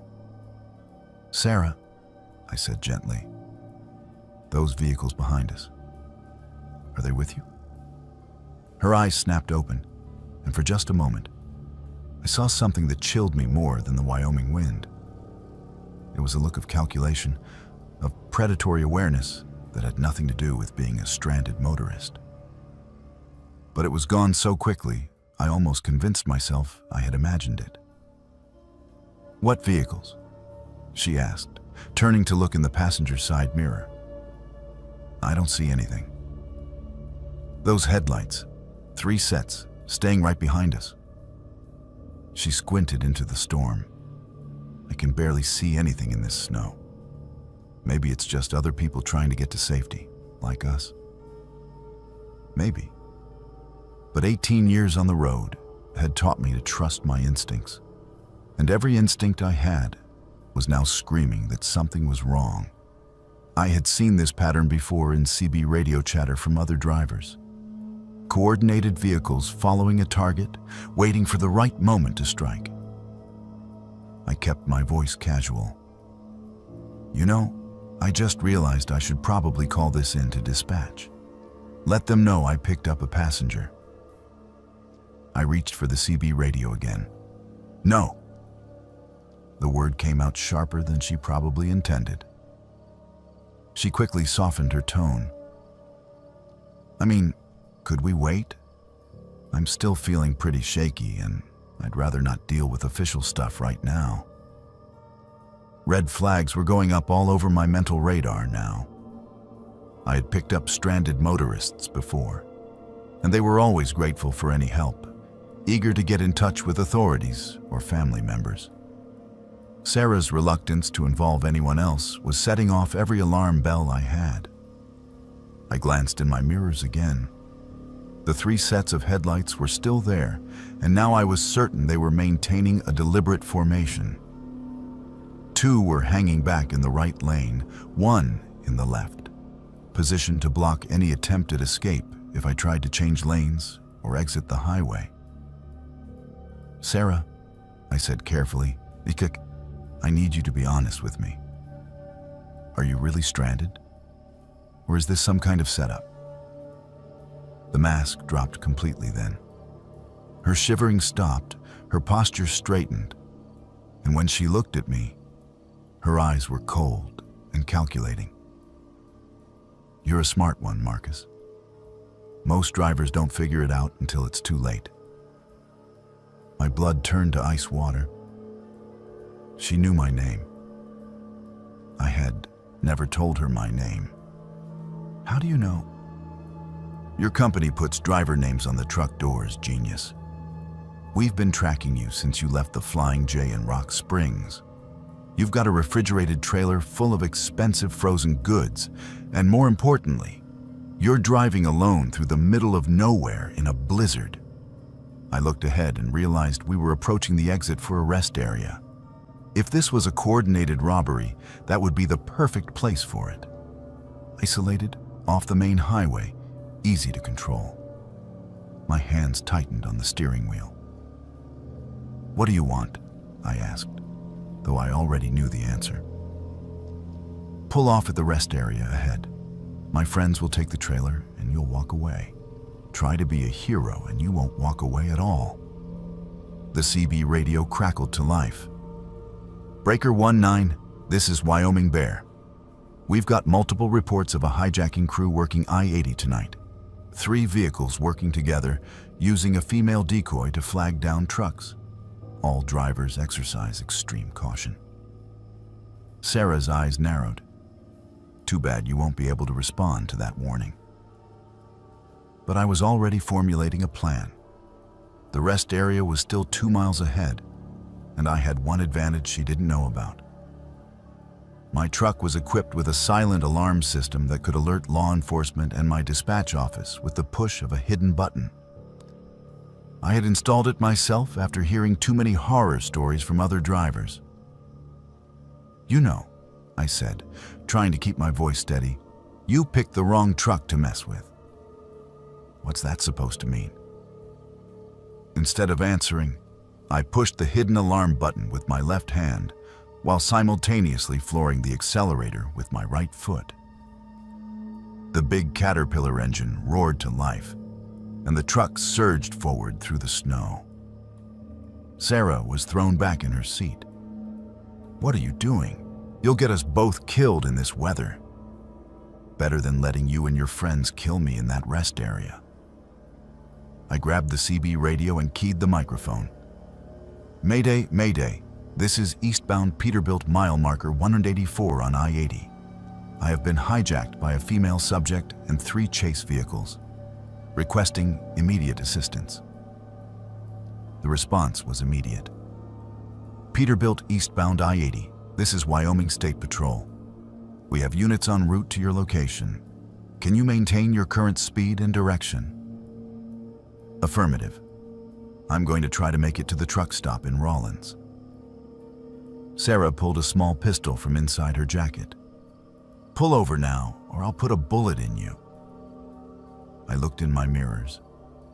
The 3 chase vehicles had accelerated as well, and were now closing the gap rapidly. They had been caught off guard by my sudden burst of speed, but they were recovering quickly. "Go ahead and shoot," I said, surprised by the steadiness in my own voice. "At this speed, in this weather, you'll kill us both when the truck crashes. Your friends back there won't get anything but a pile of scrap metal." She hesitated, and in that moment of uncertainty, I saw something that gave me hope. Flashing red and blue lights were approaching from ahead, barely visible through the storm, but getting brighter by the second. The Wyoming State Patrol had responded faster than I had dared hope. Sarah saw the lights too. Her face went pale, and she looked between me and the approaching police cars with growing panic. "This isn't over," she snarled. "Yeah, it is." The next few minutes were a blur of flashing lights, radio chatter, and controlled chaos. The state patrol vehicles had set up a roadblock just past the rest area exit, and my 3 pursuers had no choice but to stop or crash. Sarah made one last desperate attempt to escape, opening the passenger door while the truck was still moving. But the combination of speed and snow made it impossible. By the time everything was sorted out, I learned that Sarah and her crew had been responsible for at least 6 truck hijackings over the past 3 months. They had stolen over $2 million worth of cargo and had seriously injured 2 drivers who had tried to resist. The most chilling part came when the state patrol detective interviewed me at the truck stop in Rawlins. "You're lucky you figured it out when you did," he said. "The last driver who fell for their routine was found dead in his cab at that same rest area 3 weeks ago. They're not just thieves, Mr. Thompson. They're killers." I finished my run to Billings the next day, but I never forgot that night on the Wyoming highway. Every time I see a stranded motorist now, I call it into the authorities instead of stopping myself. The memory of Sarah's cold eyes and the calculating way she used my own compassion against me changed something fundamental about how I view the world. The highway is a dangerous place, and sometimes the greatest threats come not from the weather or mechanical failures, but from the darkness that lives in human hearts. Trust is a luxury that truck drivers can no longer afford, and that realization saddens me more than I can express. But I am alive to tell this story, and that is more than some drivers can say. You learn to trust your instincts out here, or you do not survive. That is the first lesson every trucker learns, usually the hard way. After 26 years hauling loads across 48 states, I thought my instincts were bulletproof. I thought I could spot trouble coming from miles away. What happened to me at that rest stop in East Texas proved just how wrong a man can be. My name is David Rodriguez, but everyone on the CB calls me Big Dave. I drive a 2018 Kenworth W900 with a custom paint job that cost me more than most people make in 6 months. Deep metallic blue with silver flames running down the sides, chrome stacks that shine like mirrors, and enough LED lights to illuminate a small town. Some drivers think I am showing off, but that truck is my pride and joy, my home away from home, and the tool of my trade all rolled into one. The run that night started out routine enough. I was hauling electronics from Dallas to Jacksonville, a familiar route that I had driven probably 50 times over the years. The load was valuable, worth close to $500,000 in computer components and smartphones, which meant I had to be extra careful about where I stopped and who I talked to. Cargo thieves love electronics because they are easy to move and hard to trace. I had been driving for 9 hours straight when fatigue started setting in. The law says you can drive 11 hours before you have to take a mandatory 10-hour break, but smart drivers know not to push it that far. Tired drivers make mistakes, and mistakes on the highway can kill you. So when I saw the sign for the Pine Ridge Rest Area, I decided it was time to call it a night. The rest area was one of those older state-maintained facilities that Texas.com has scattered throughout the eastern part of the state.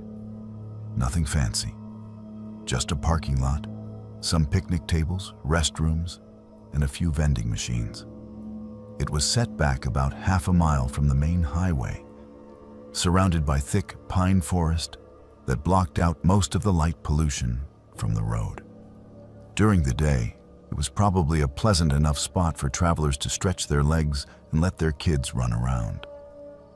At night, it felt isolated and vulnerable. I pulled into the truck parking section and chose a spot near the back, away from the main building but with a clear view of both entrances to the rest area.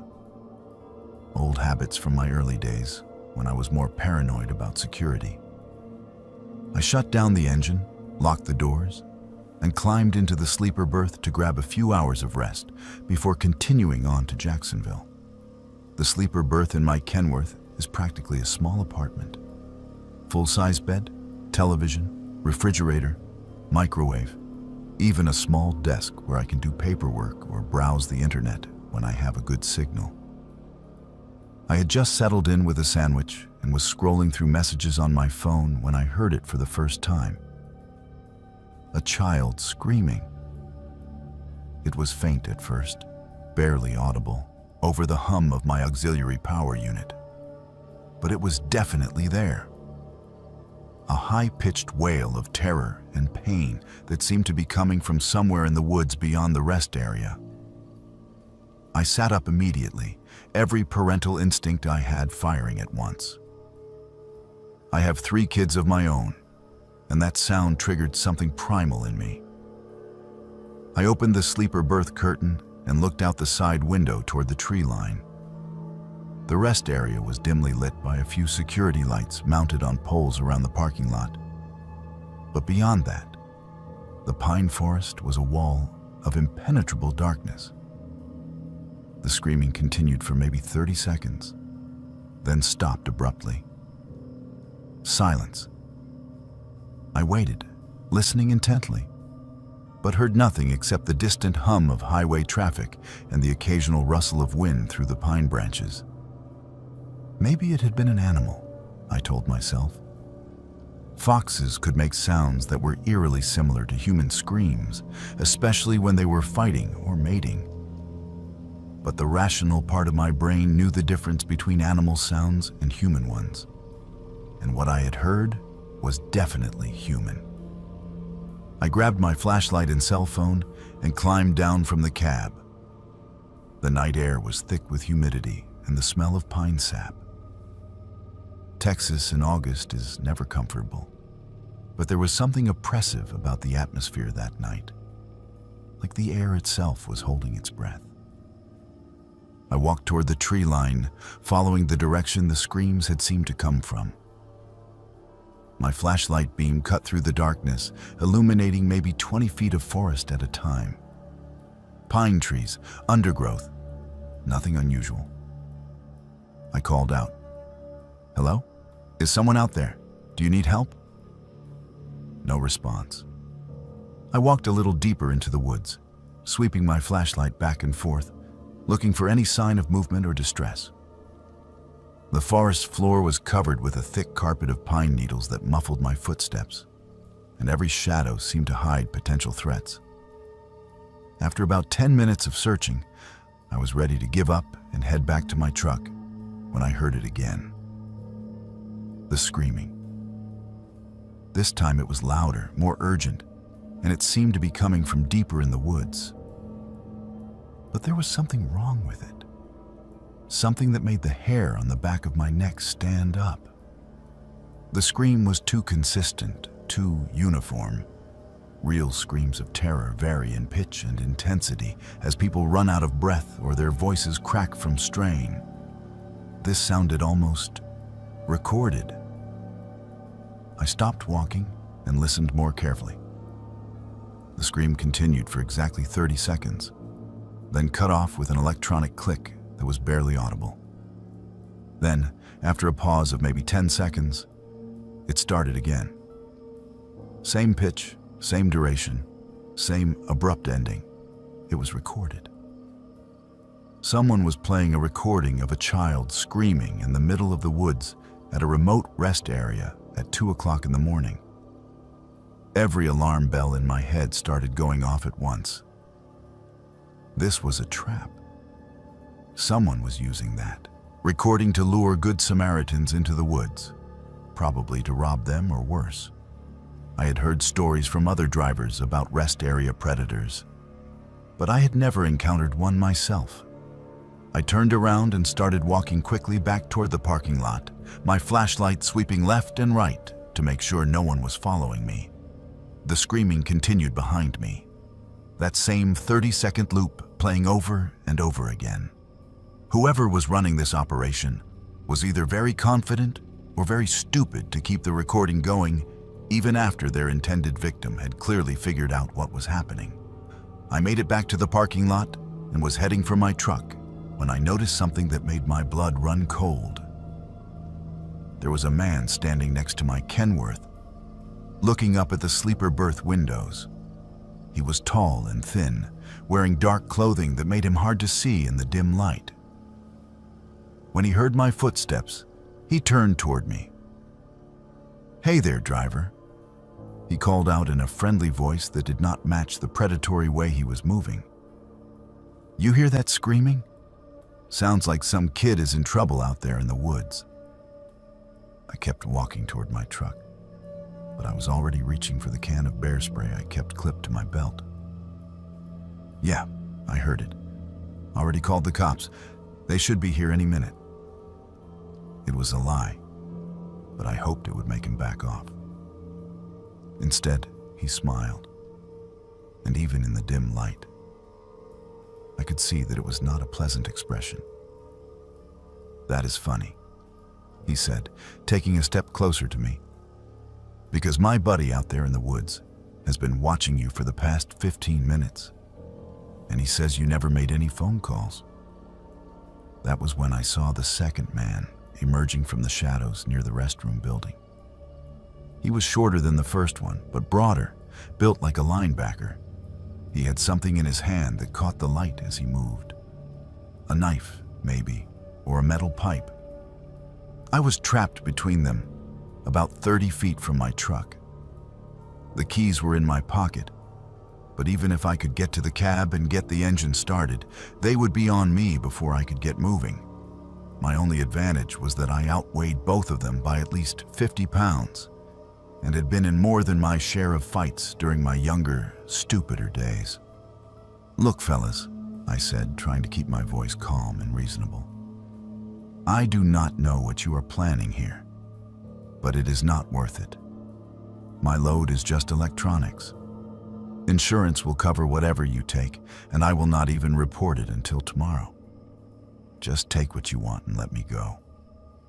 The tall one laughed. "Electronics?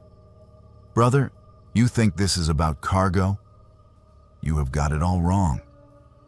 The short one had moved closer, circling around to cut off my escape route toward the rest area entrance. "We are not cargo thieves, driver. We are collectors." "Collectors? We collect drivers," the tall one explained, still smiling that horrible smile. "Some we keep for a while, some we sell, some we just play with until we get bored. But they all end up the same way, eventually." The screaming in the woods had stopped, but now I could hear something else. Voices. Multiple voices coming from the direction of the trees, calling out in what sounded like distress. But just like the screaming, something about those voices was wrong. They were too clear, too distinct, like they were being amplified somehow. "Speakers," I said, understanding flooding through me. "You have speakers set up in the woods, playing recordings to lure people out there." "Smart man," the tall one said. "Too bad smart will not help you now." That was when I made my move. Instead of going for my truck like they expected, I sprinted toward the restroom building. It was not much of a shelter, but the walls were concrete block, and there might be a back exit. More importantly, it would force them to come at me from a predictable direction instead of surrounding me in the open parking lot.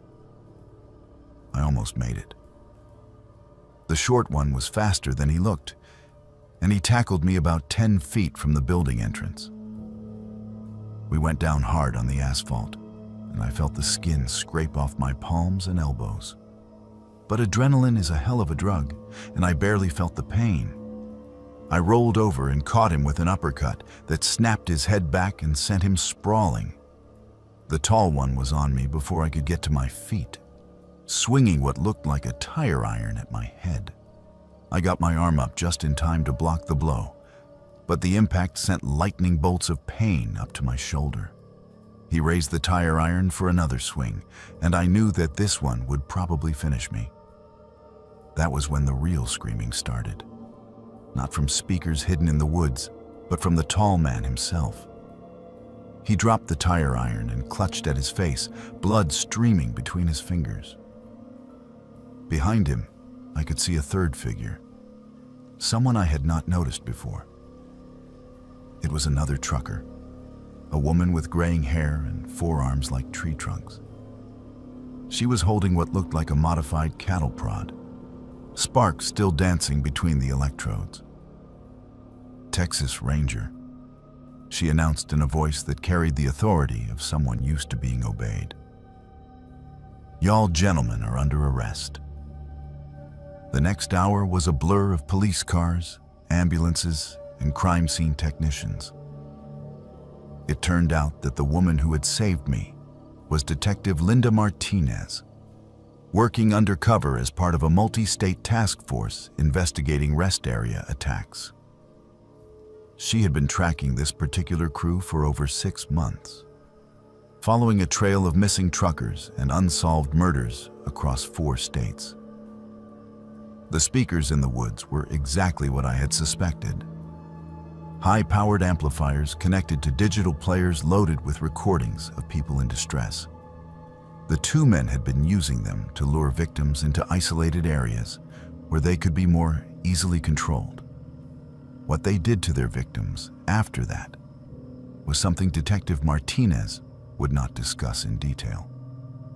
But her expression told me everything I needed to know. "You are lucky you figured out it was a recording," she told me as the paramedics checked out my injuries. "Most people do not.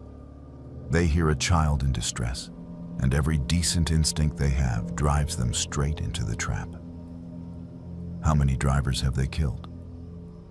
Her face went grim.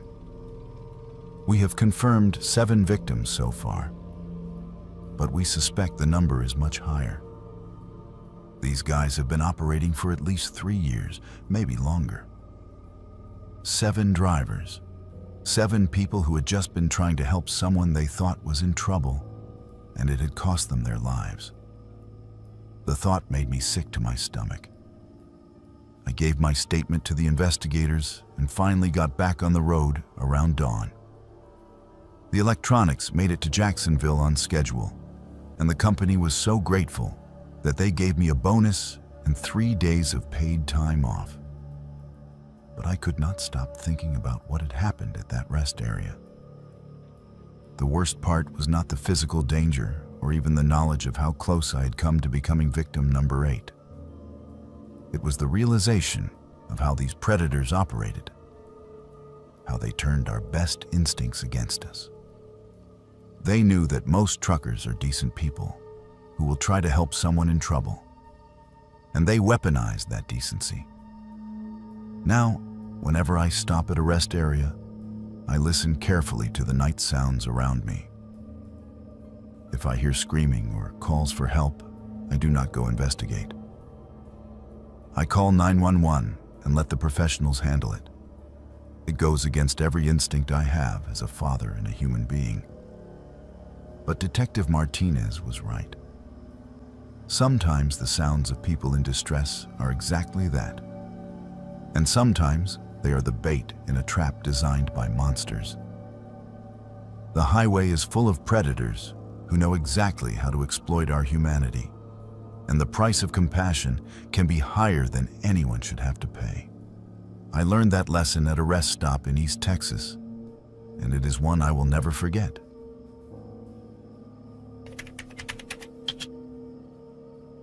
In 23 years of driving, I thought I had seen every kind of cargo, from live animals to hazardous chemicals, from precious artwork to military equipment.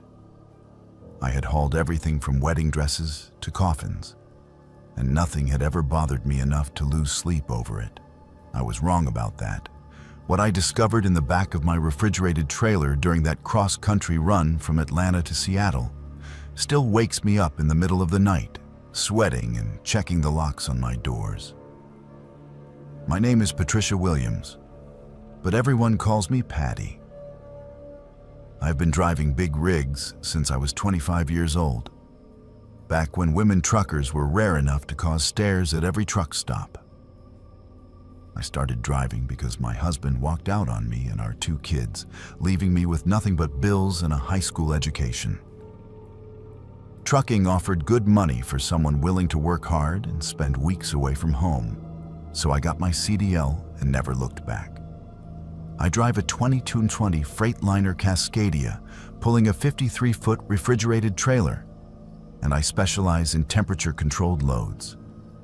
Pharmaceuticals, frozen foods, flowers, anything that needs to stay cold during transport. It is more complicated than dry van work, but it pays better, and after 2 decades on the road, I can handle any temperature-sensitive cargo you throw at me. The load that changed everything came through my dispatcher on a Tuesday morning in October. The pickup was at a pharmaceutical distribution center just outside Atlanta, and the destination was a medical research facility in Seattle. The shipping papers listed the cargo as biological specimens with a required temperature of -20 degrees Fahrenheit. Nothing unusual about that. I had hauled similar loads dozens of times before. What was unusual was the security.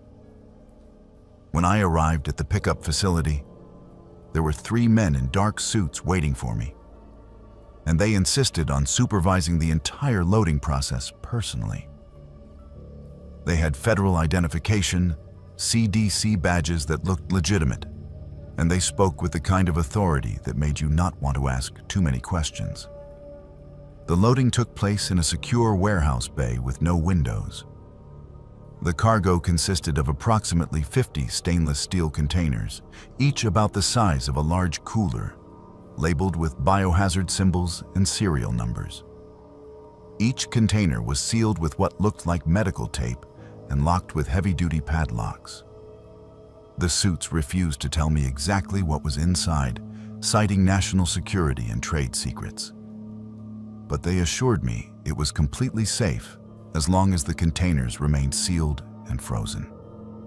"Whatever you do," one of them told me as I signed the paperwork, "do not open these containers under any circumstances. If there is any problem with temperature control or if any of the seals are broken, contact us immediately." He handed me a business card with nothing but a phone number on it. "This is a matter of national importance, Miss Williams. Lives depend on these specimens reaching their destination intact." I had heard similar speeches before from clients shipping everything from experimental drugs to genetically modified seeds.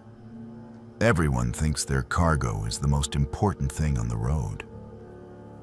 But there was something in his tone, something in the way all 3 men kept watching me, that made this feel different, more serious, more dangerous.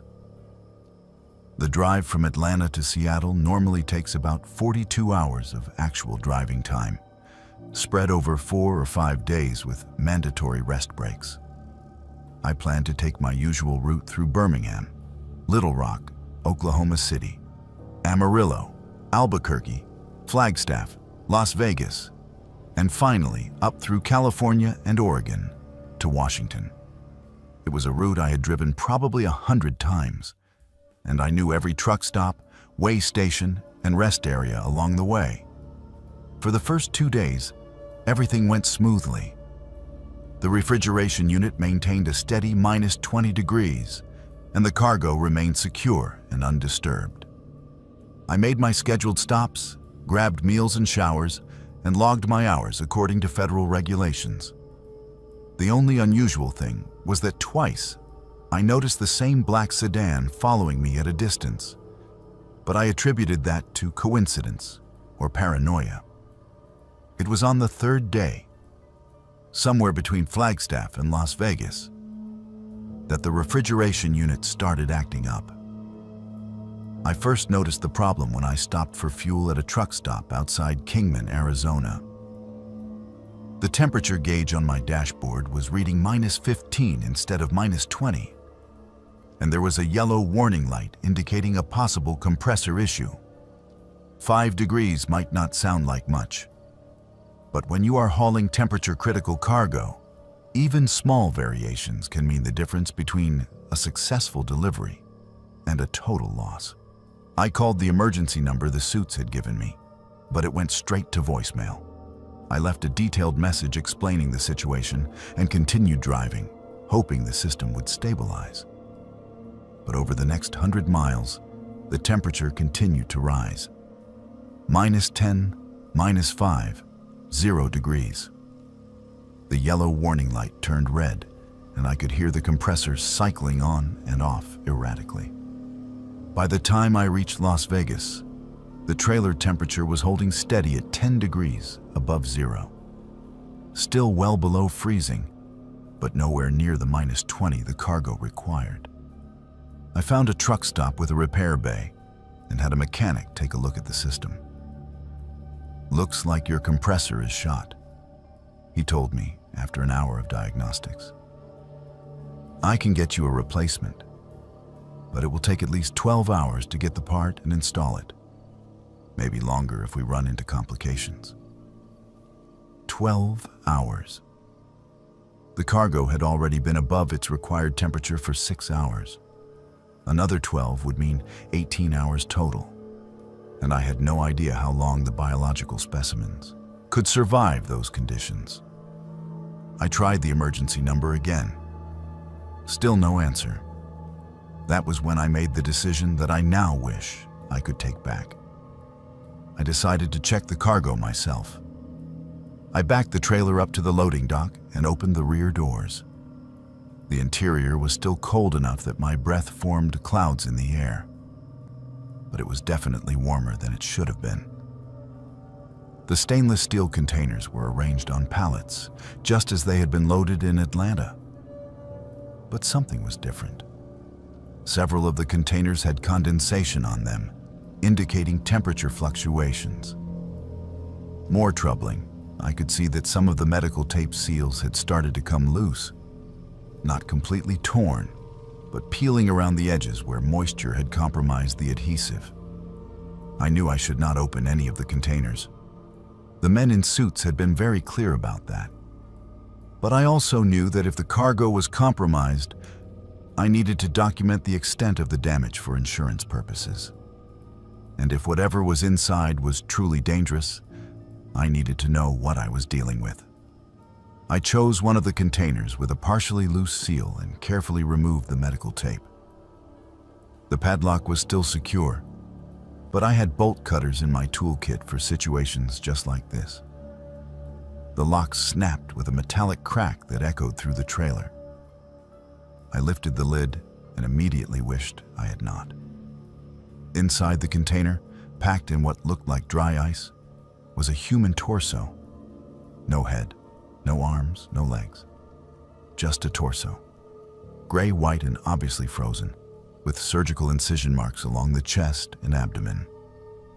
There was a plastic tag attached to one of the incision sites with a number that matched the serial number on the outside of the container. I stumbled backward, my mind struggling to process what I was seeing. This was not biological specimens for medical research. This was human remains, body parts, transported without proper documentation or permits. And judging by the surgical precision of the cuts, these were not accident victims or natural deaths. My hands shaking, I opened another container. A pair of human arms, severed at the shoulders with the same surgical precision. Another plastic tag, another serial number. A third container held internal organs. Heart, liver, kidneys, all carefully preserved and labeled. A fourth contained human heads, 3 of them, with the eyes and mouths sewn shut with black thread. I had stumbled onto something horrific, something that went far beyond simple cargo theft or insurance fraud. Someone was using my truck to transport human remains, body parts that had almost certainly been obtained through illegal means. And judging by the surgical quality of the dismemberment, whoever was doing this had medical training. I was about to call the police when I heard voices outside the trailer. The same voices I had heard back in Atlanta. The men in suits had found me.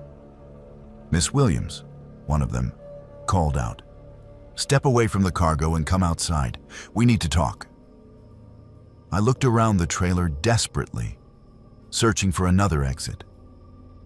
But there was only one way out, and they were blocking it. I could hear at least 3 different voices, maybe more.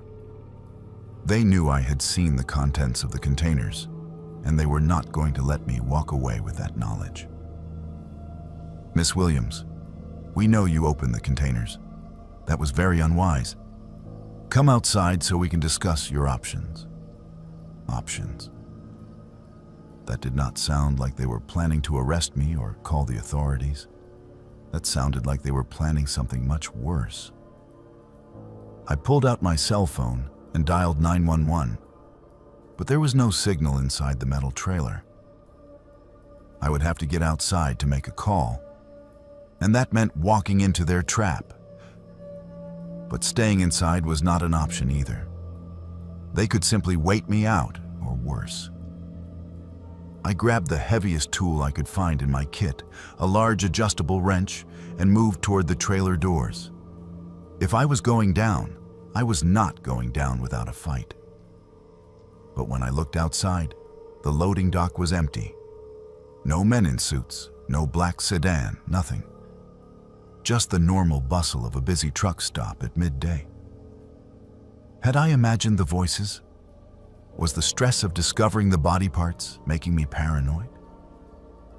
I jumped down from the trailer and looked around cautiously. There were other drivers refueling their trucks, customers going in and out of the convenience store, mechanics working in the repair bays. Everything looked completely normal. Too normal. I walked around to the front of my truck and found a note tucked under the windshield wiper. It was typed on plain white paper with no letterhead or identifying marks. "Miss Williams, you have seen something you were not supposed to see. For your own safety and the safety of your family, you will complete this delivery as originally planned. You will not contact law enforcement. You will not discuss this cargo with anyone. When you reach Seattle, you will be given further instructions. Your cooperation ensures that this remains a business transaction rather than a personal matter." At the bottom of the note were 2 photographs. One showed my daughter coming out of her apartment in Phoenix. The other showed my son leaving his job at a construction company in Denver. Both photos had been taken recently, probably within the last few days. The message was clear: complete the delivery or my children would pay the price. I drove to Seattle in a state of controlled terror, my mind racing with possibilities and scenarios. Who were these people? How had they found my children so quickly? What kind of operation was I caught up in? The delivery went exactly as planned. A different set of men met me at the research facility, and they unloaded the cargo with the same careful precision that had been used in Atlanta. They inspected every container, noted the few that I had opened, and made check marks on their clipboards. "Thank you for your cooperation, Miss Williams," one of them said as I prepared to leave. "Your discretion in this matter is appreciated. You will find a performance bonus has been added to your payment." And that was it. I drove home to my base in Oklahoma, collected my pay, and tried to pretend that the whole thing had been a nightmare. But I knew it was not over. People who transport human remains without permits, people who threaten families to ensure silence, do not just disappear after one successful transaction. 6 months later, I received another call from the same dispatcher. Same pickup location, same destination, same cargo description. When I declined the load, citing equipment problems, my truck started having mysterious mechanical failures. brakes that would not hold, tires that developed slow leaks, electrical systems that malfunctioned at dangerous moments. I got the message. I took the next load, and the one after that, and the one after that. Each time, I transported more human remains across the country, each time wondering who these people had been and how they had died. I am still driving those loads today. I do not have a choice. The alternative is too terrible to contemplate. But I want people to know that there are things moving on America's highways that should not exist. Cargo that represents the darkest side of human nature. Sometimes the most dangerous thing in your trailer is not what the shipping papers say it is. The CB radio went dead quiet at 2:47 a.m., and that is when I knew something was terribly wrong. In 31 years of driving these highways, I have learned that truckers never stop talking on the radio, especially during the long, lonely hours before dawn. We tell jokes, share road conditions, warn each other about speed traps and way stations. The CB chatter is our lifeline, our connection to humanity when we are alone in the dark with nothing but miles of empty asphalt stretching ahead of us. But that night, as I was driving eastbound on Interstate 94 through the desolate stretch of Montana between Billings and Miles City, the radio fell completely silent. Not just quiet, but dead silent. Like every trucker within a 100-mile radius had suddenly vanished or stopped breathing. My name is James Mitchell, and I have been hauling freight across the northern states since I was 22 years old. I drive a 2017 Kenworth T680 with a sleeper cab, pulling whatever loads my dispatcher can find. Grain from North Dakota, lumber from Minnesota, manufactured goods from Chicago back to the West Coast. It is not glamorous work, but it pays the bills and gives me the freedom to be my own boss on the road. That particular run started in Fargo, North Dakota, where I had picked up a load of agricultural equipment bound for a farming cooperative in Spokane, Washington. Heavy machinery, combines and tractors, nothing unusual or particularly valuable. The kind of load that insurance companies do not worry about and cargo thieves usually ignore. The weather was typical for late October in Montana. Clear skies, no precipitation, but cold enough that I could see my breath when I stepped out of the cab. The forecast called for possible fog later in the night as the temperature dropped, but nothing that would slow down an experienced driver. I had been on the road for about 6 hours when I stopped for fuel and a meal at a truck stop outside Billings. The place was busy, probably 15 or 20 other trucks parked in the lot. Drivers grabbing showers, catching up on sleep, or just stretching their legs before continuing their runs. Normal truck stop atmosphere, familiar faces, and friendly conversations. That was where I first heard mention of the Phantom Convoy. I was sitting at the counter in the restaurant, working on a plate of meatloaf and mashed potatoes, when an older driver at the next stool started talking to the waitress about something strange he had seen the night before. "Damnedest thing I ever witnessed," he was saying, shaking his head as he stirred sugar into his coffee. I was running eastbound on this same stretch of 94, maybe 2 in the morning, when I saw them in my mirrors. 3 trucks running together, no lights except their running lights, keeping perfect formation about a quarter mile behind me. The waitress, a woman in her 50s, who had probably heard every trucker story ever told, raised an eyebrow. No headlights. How? Were they seeing the road? "That is the thing," the driver continued. "It was clear as day, full moon, but still. You do not run dark like that unless you're up to something illegal." So I got on the CB, tried to raise them, see what their story was. Nothing. Dead silence. Like they were not even there. "Maybe they had their radios turned off," the waitress suggested. The driver shook his head. No, that is not the weird part. The weird part is, when I slowed down to let them pass, they slowed down too. When I sped up, they matched my speed exactly, always staying that same distance behind me, like they were tethered to my truck somehow. He took a long sip of his coffee before continuing. Finally, I pulled off at a rest area, figured I would get a look at them when they passed. But they never did. I sat there for 20 minutes, watched the highway, and never saw those 3 trucks go by. It was like they just disappeared into thin air.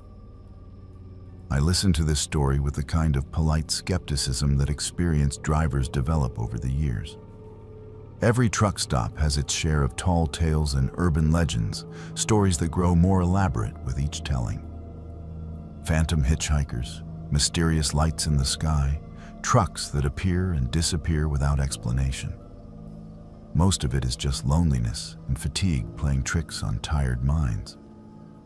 But something about the way this old driver told his story, the genuine confusion and uneasiness in his voice, made me pay attention. He was not trying to entertain anyone or impress the waitress. He was genuinely troubled by what he had experienced. I finished my meal, topped off my fuel tank, and got back on the road around midnight. The highway was largely empty, which was normal for that time of night on that particular stretch. Most of the long-haul traffic ran during daylight hours when visibility was better and services were available.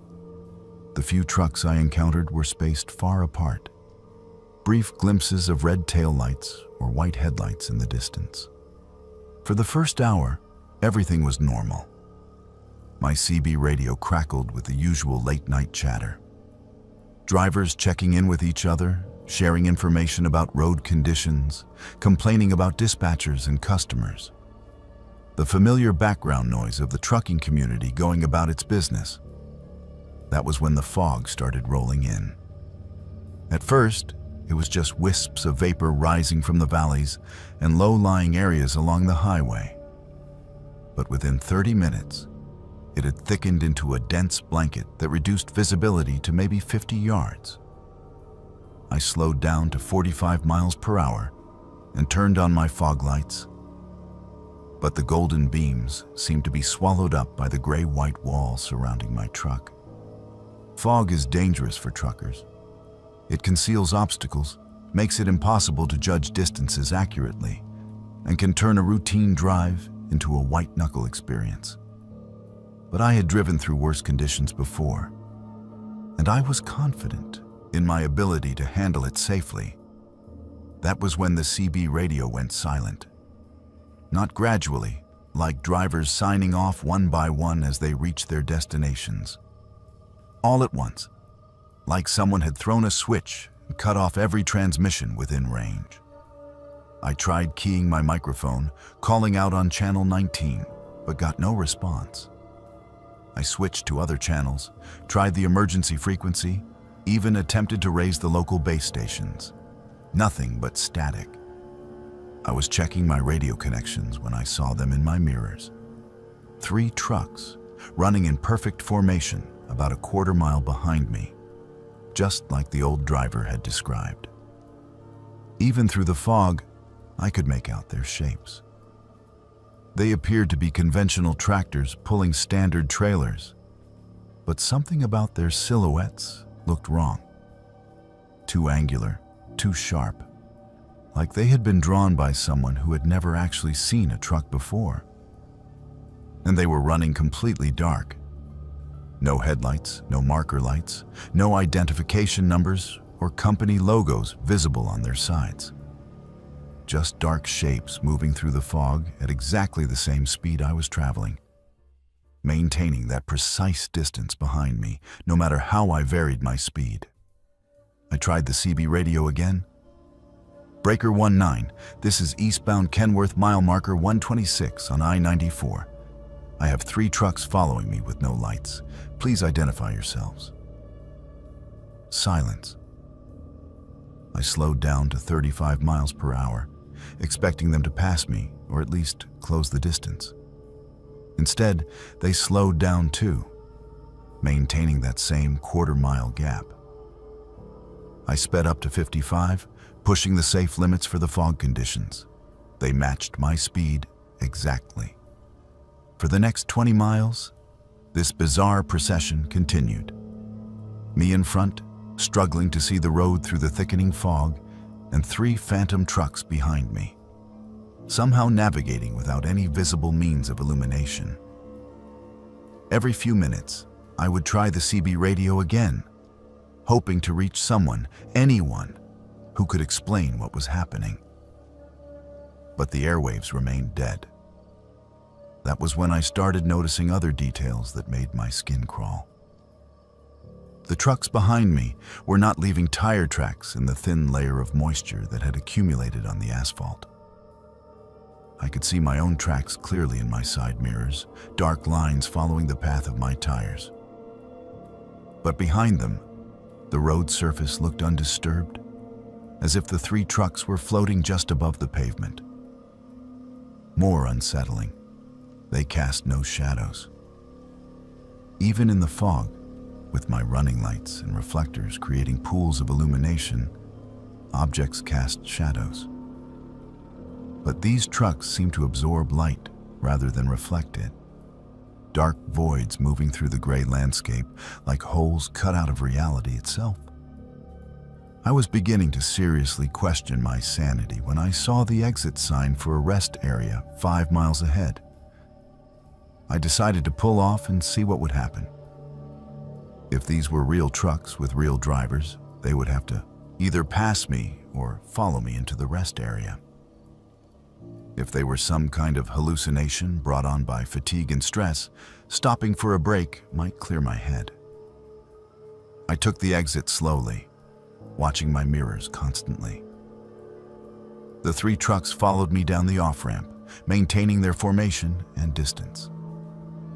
But as I pulled into the rest area parking lot, something impossible happened.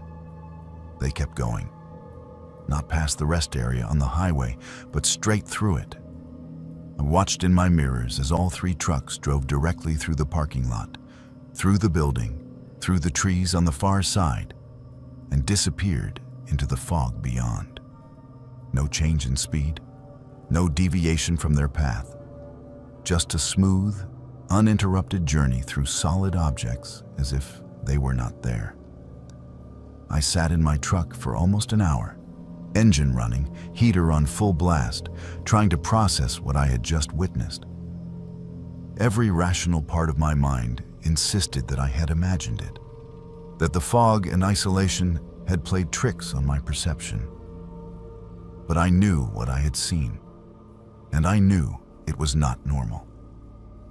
When I finally got back on the highway, the fog was beginning to lift, and the CB radio crackled back to life.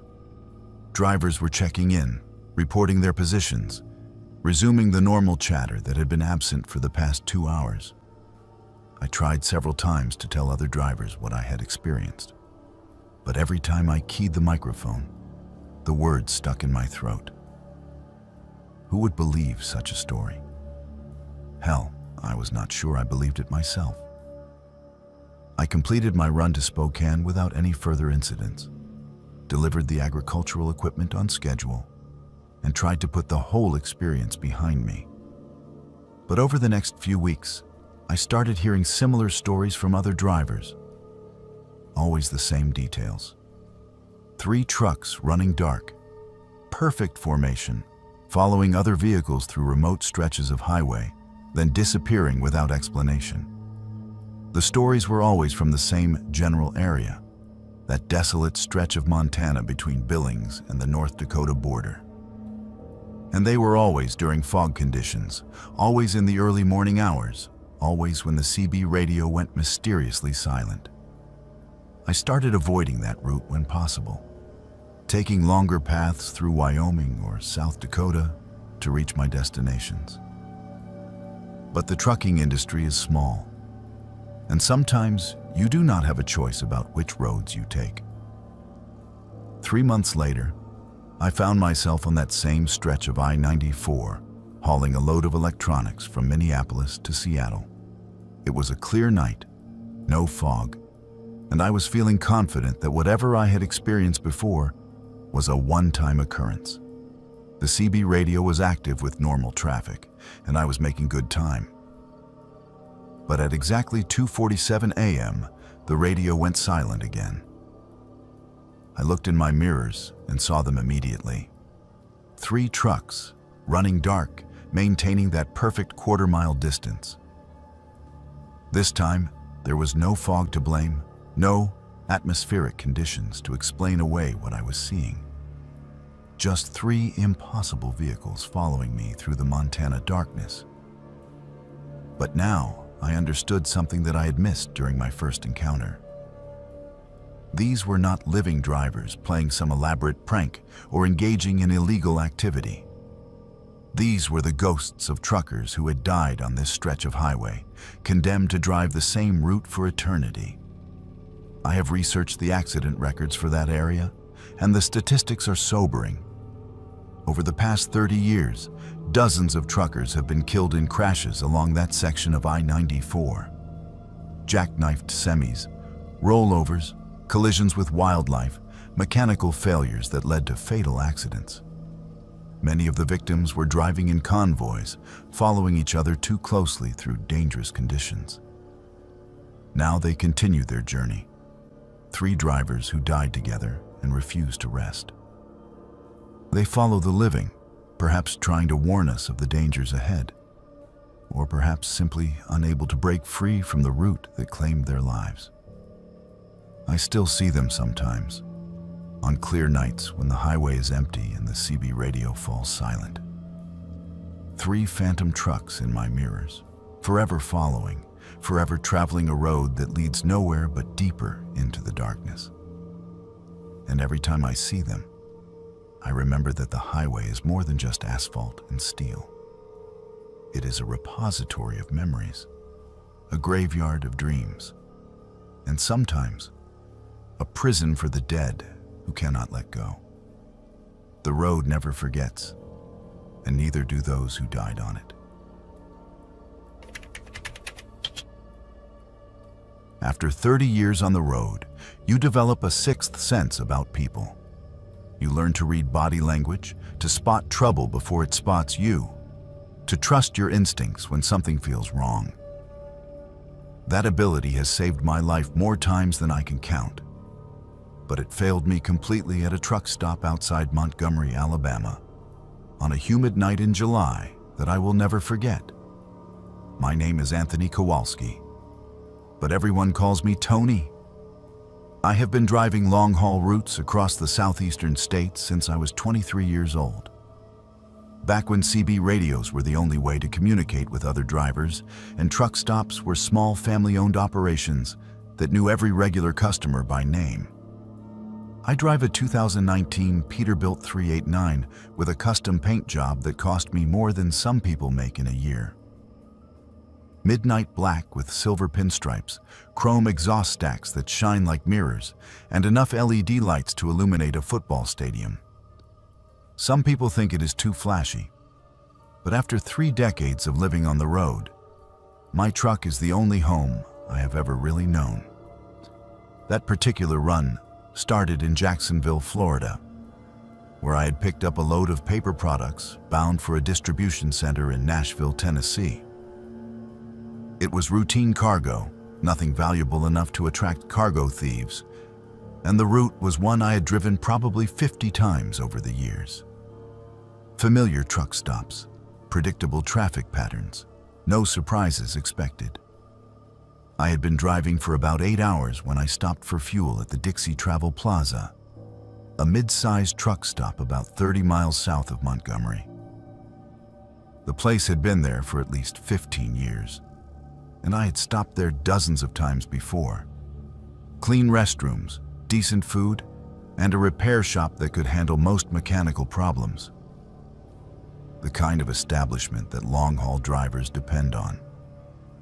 The fuel islands were busy, which was normal for that time of evening. Drivers were topping off their tanks, grabbing showers, and settling in for mandatory rest periods. I pulled up to pump number 7 and started the refueling process, a routine I had performed thousands of times before. That was when I met Eddie. He appeared beside my truck while I was cleaning my windshield, a thin man in his 40s wearing greasy coveralls and a friendly smile. He had the kind of face that blended into crowds, unremarkable except for his eyes, which seemed to take in every detail of my truck and equipment. "Nice rig," he said, running his hand along the polished chrome bumper. "Peterbilt 389, right? These are beautiful machines when they are maintained properly." I nodded, continuing to work on the windshield. Small talk from other truckers was normal at fuel stops, part of the informal community that existed among drivers.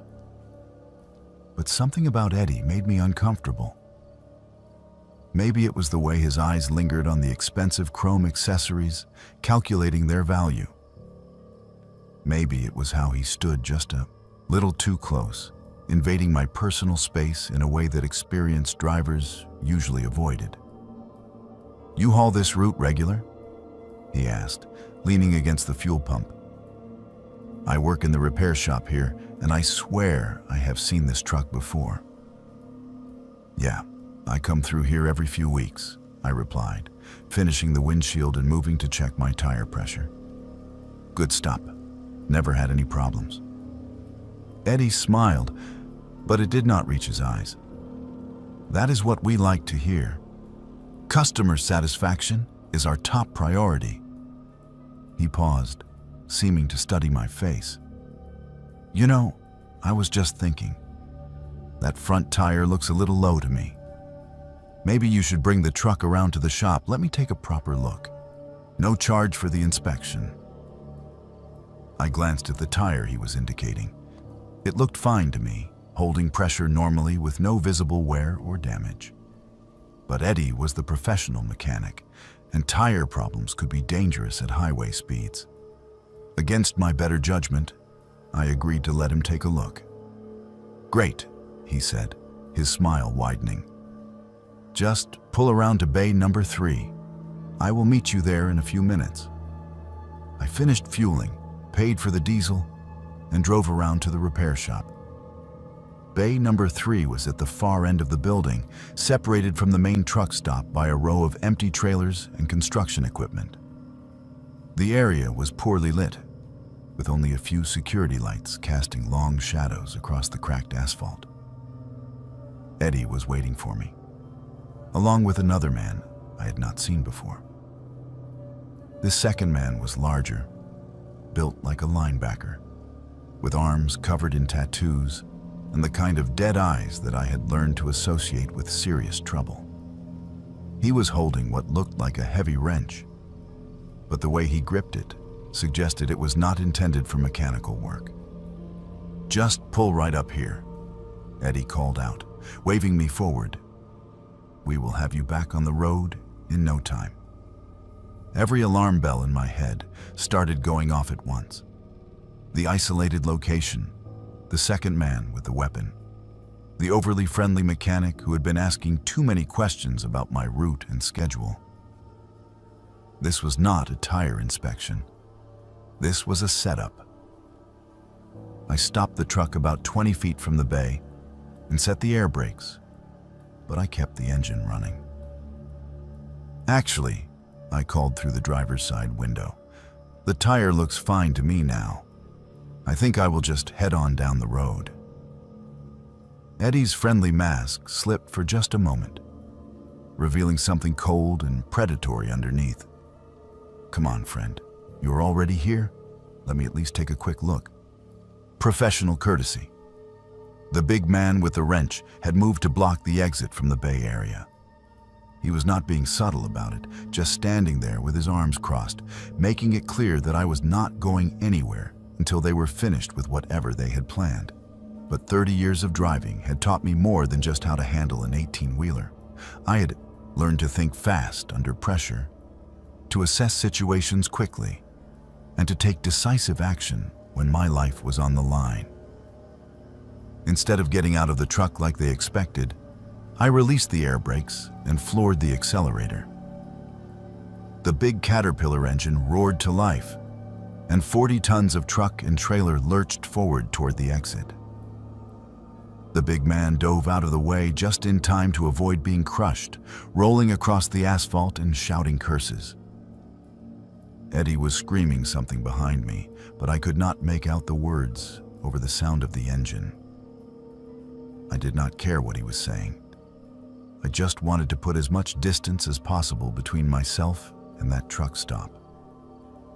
I made it about 5 miles down the highway before I pulled over and called the police. When I explained what had happened, the dispatcher told me that they had been investigating a string of attacks on truck drivers in that area. Drivers who had stopped for fuel or repairs and then disappeared. Their trucks found days later stripped of cargo and expensive accessories. "You are lucky you trusted your instincts," the detective who interviewed me later said.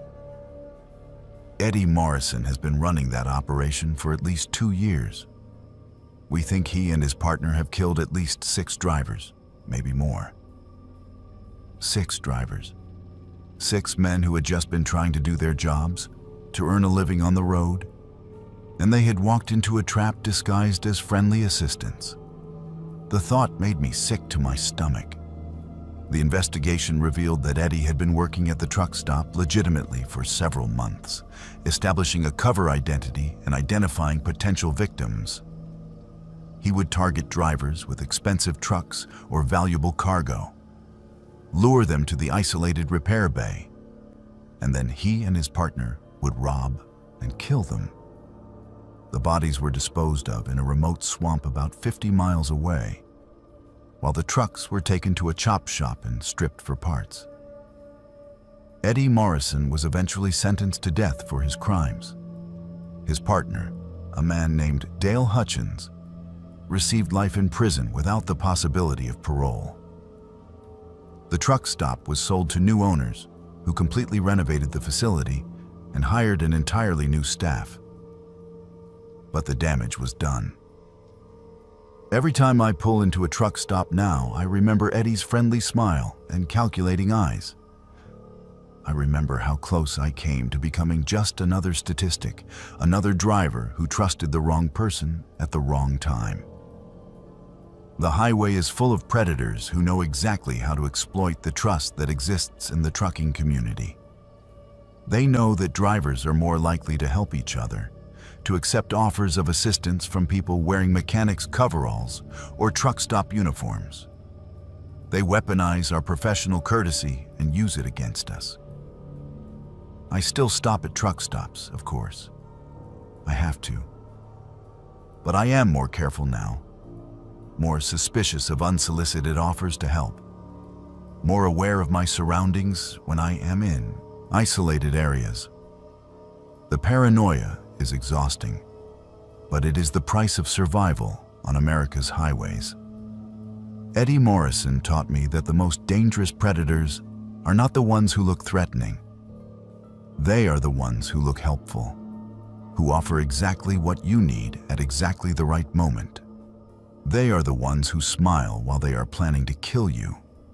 The road is a dangerous place, and sometimes the people who claim to want to help you are the ones you should fear the most.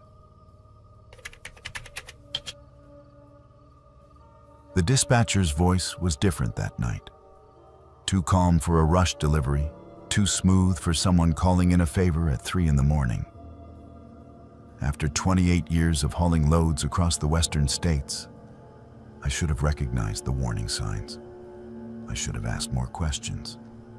But the money was too good, and I needed every dollar I could get to keep my rig running. My name is Samuel Washington, but everyone calls me Sam. I have been driving big rigs since I was 24 years old, working my way up from company driver to owner-operator to running my own small fleet. These days, I drive a 2021 Freightliner Cascadia with a custom sleeper berth that serves as my home more often than the apartment I rent in Oakland. The call came in at 2:47 a.m. on a Tuesday in September. I was parked at a truck stop outside Bakersfield. catching up on my mandatory rest hours between loads, when my phone rang with a number I did not recognize.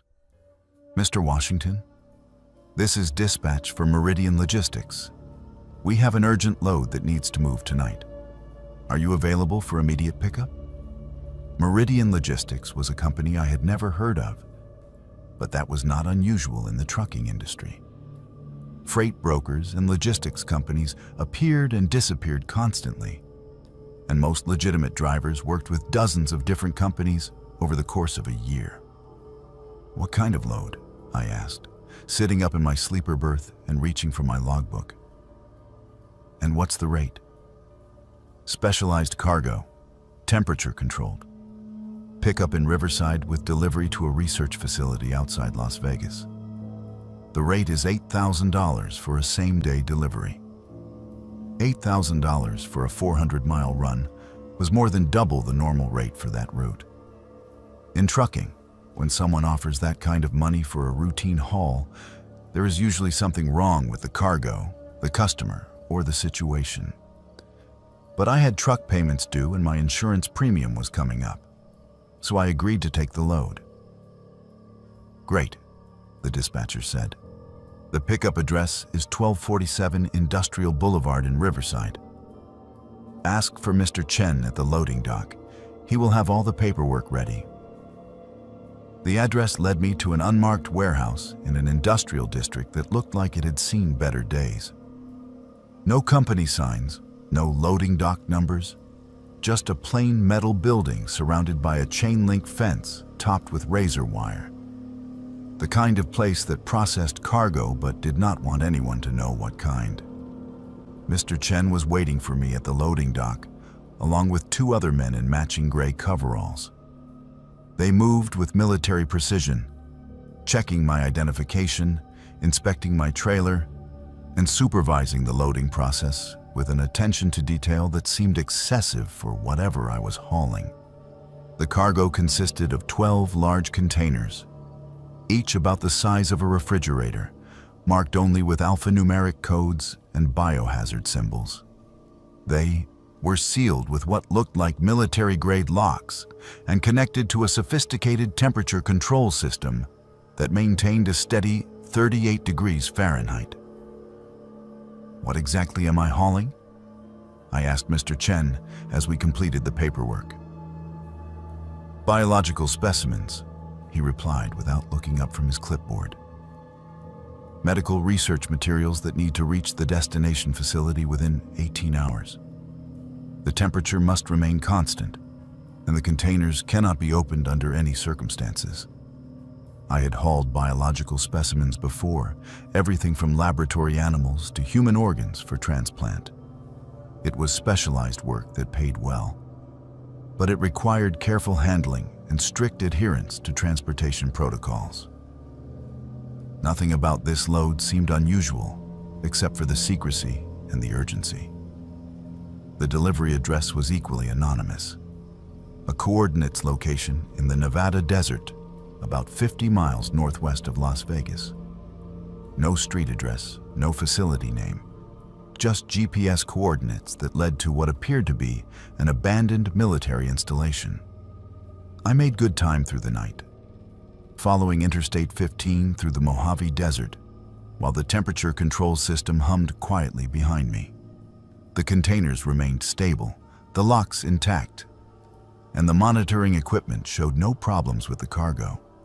It was not until I reached the delivery location that I realized something was seriously wrong.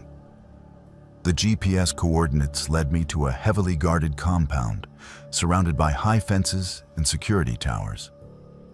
Armed guards checked my identification and directed me to a loading dock inside the perimeter.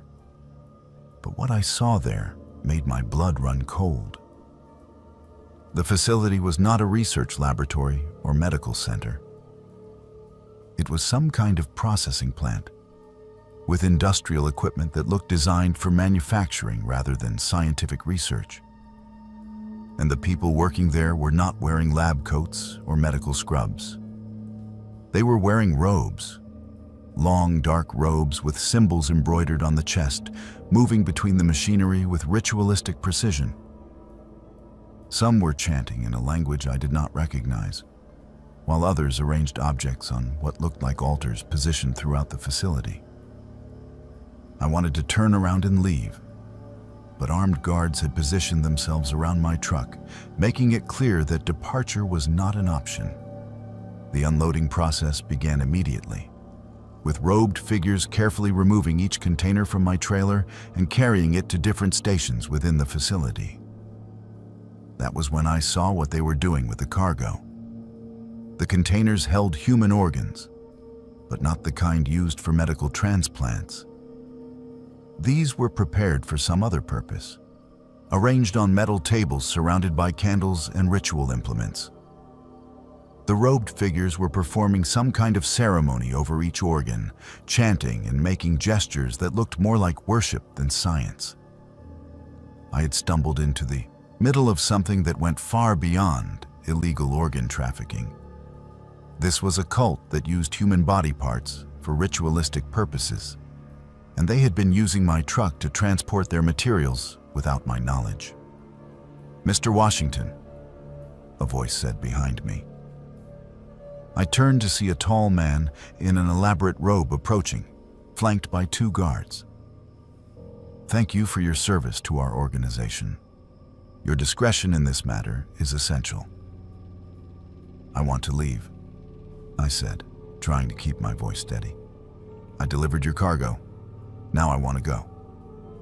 The robed man smiled, but it was not a reassuring expression. "I am afraid that is not possible. You have seen too much of our operation to simply walk away. But we have a proposition for you." He gestured toward the loading dock, where I could see other trucks parked in the shadows. "We have need of reliable drivers who can transport our materials without asking uncomfortable questions. The compensation is generous, and the work is steady." "What if I refuse?" His smile faded. "Then you will become part of our research program. Your organs are in excellent condition for someone your age." The threat was clear: join their operation or become their next victim. I looked around the facility, counting guards and exit routes, trying to calculate my chances of escape. But there were too many armed men, too many obstacles between me and freedom. "What exactly would I be hauling?" I asked, buying time while I considered my options. "Biological materials, as tonight. Sometimes from hospitals and morgues that cooperate with our research. Sometimes from more informal sources. The origin of the specimens is not your concern. Your job is simply transportation." He was describing a network of organ theft and ritual murder that stretched across multiple states, using legitimate trucking companies and unwitting drivers to move their materials. And now they wanted me to become a willing participant in their operation. That was when I made the decision that probably saved my life. Instead of refusing outright or trying to argue, I pretended to consider their offer seriously. "The money would have to be substantial," I said, "and I would need guarantees about my safety and the safety of my equipment." The robed man nodded approvingly. "Of course. We are reasonable people, Mr. Washington. We understand that this arrangement must be mutually beneficial." Over the next hour, he outlined the details of their operation, while I memorized every piece of information I could gather. Names, locations, schedules, the scope of their activities. They had corrupted employees at hospitals and medical facilities across 6 states, stealing organs and bodies that were supposed to be cremated or buried. The ritual purpose of these materials was something I did not want to understand, but it clearly involved human sacrifice on a scale that defied comprehension. When they finally released me with instructions to await their next call, I drove straight to the nearest FBI field office and reported everything I had witnessed. The investigation that followed lasted 18 months and resulted in the arrest of over 60 people involved in what prosecutors called the largest ritual murder conspiracy in American history. The facility in Nevada was raided 3 days after my report, but the leaders of the cult had already disappeared.